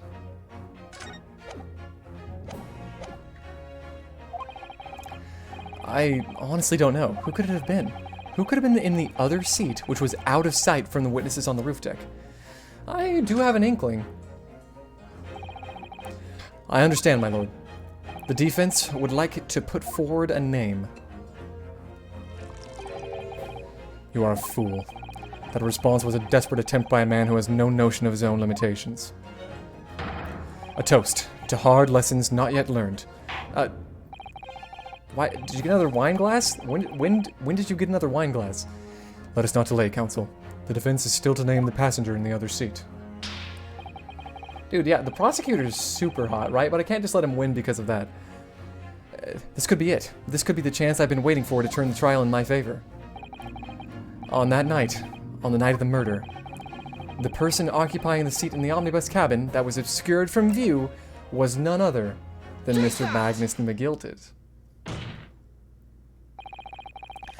The passenger in the enclosed cabin that the witnesses on the roof deck failed to see has to have been Mr. Magnus McGilted. Mr. McGilted? What are you talking about, counsel? That's the name of the defendant. You're damn right it is. Objection! Oh my god! If I desecrate this chamber by smashing my hollowed chalice, do forgive the discourtesy. Lord Van Zeeks. People talk of those tiny island nations in the Far East as having a learning and culture in their own. But I see they use the terms ill-advisedly. What are you trying to say? Let me explain in terms that even a student of artless backwater such as yourself might understand. When the bloody scene unfolded, the victim and his assailant were sitting side by side. Multiple witnesses have attested to the fact. It is the very premise on which this case is built. But that premise may be wrong. What? If the victim really was sitting beside Mr. McGilted,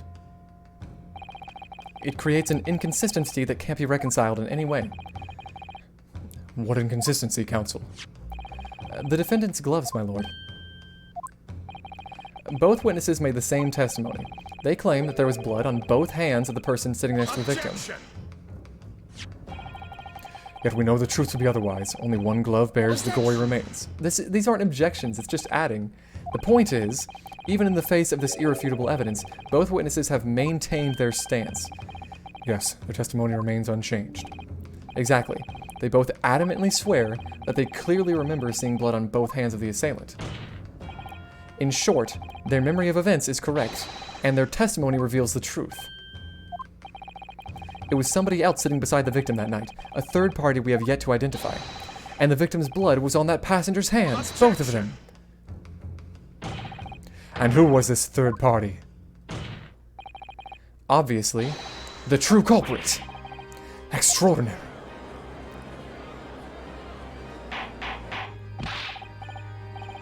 Order! Order! What exactly are you postulating? The defense's postulation is just that, nothing more than conjecture. The witnesses have clearly stated that they saw the accused.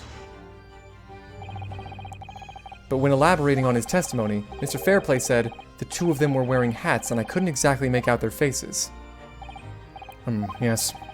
The tops of their heads were obscured by the roof. I could see the rest of them, though. Yes, that's right. Both gents were most certainly hatted. Hatters do tend to notice such things, sir. And what particular styles of hat did the two gentlemen sport, Mr. First? I'm afraid I don't remember. And you call yourself a hatter? The style of hat makes no difference. There was no third passenger in that cabin. How can you be so sure? Because if there had been, the accused, Mr. McGilded, would undoubtedly have offered to dispose the fact. Unless, that is, you are proposing an even more preposterous explanation. That the accused failed even to notice the presence of the true culprit in the very cabin in which he traveled. Ugh. Brings up a good point. He's right. If there was another person traveling in the enclosed cabin of the omnibus, it's inconceivable that Mr. McGilded would have been unaware of it. Order! There's clearly a simple solution to this problem. Bring the accused and Mr. McGilded to the stand. Well, what say you, counsel? The prosecution objects, my lord. On what grounds?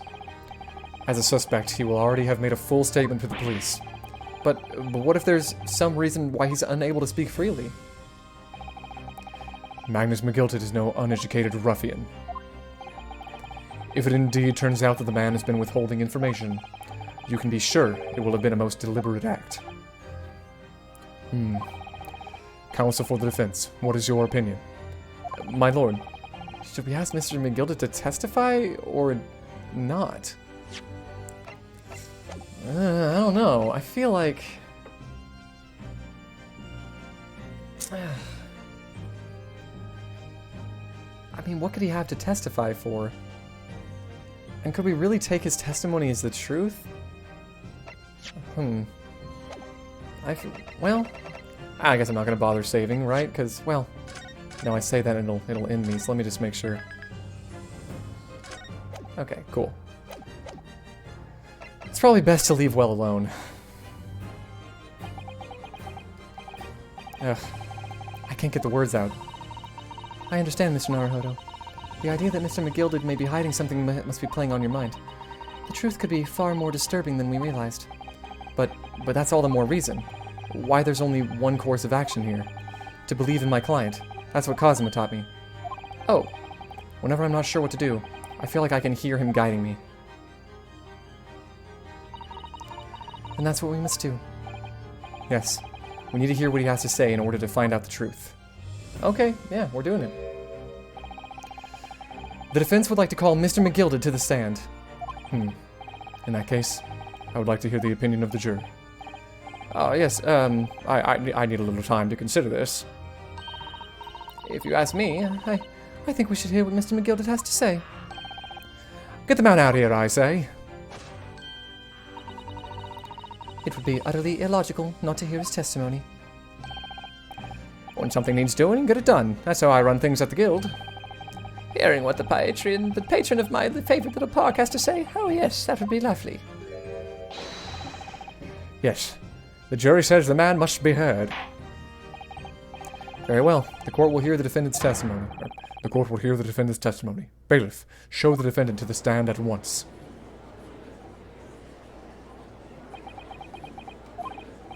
Now, maybe what actually happened that night will finally become clear.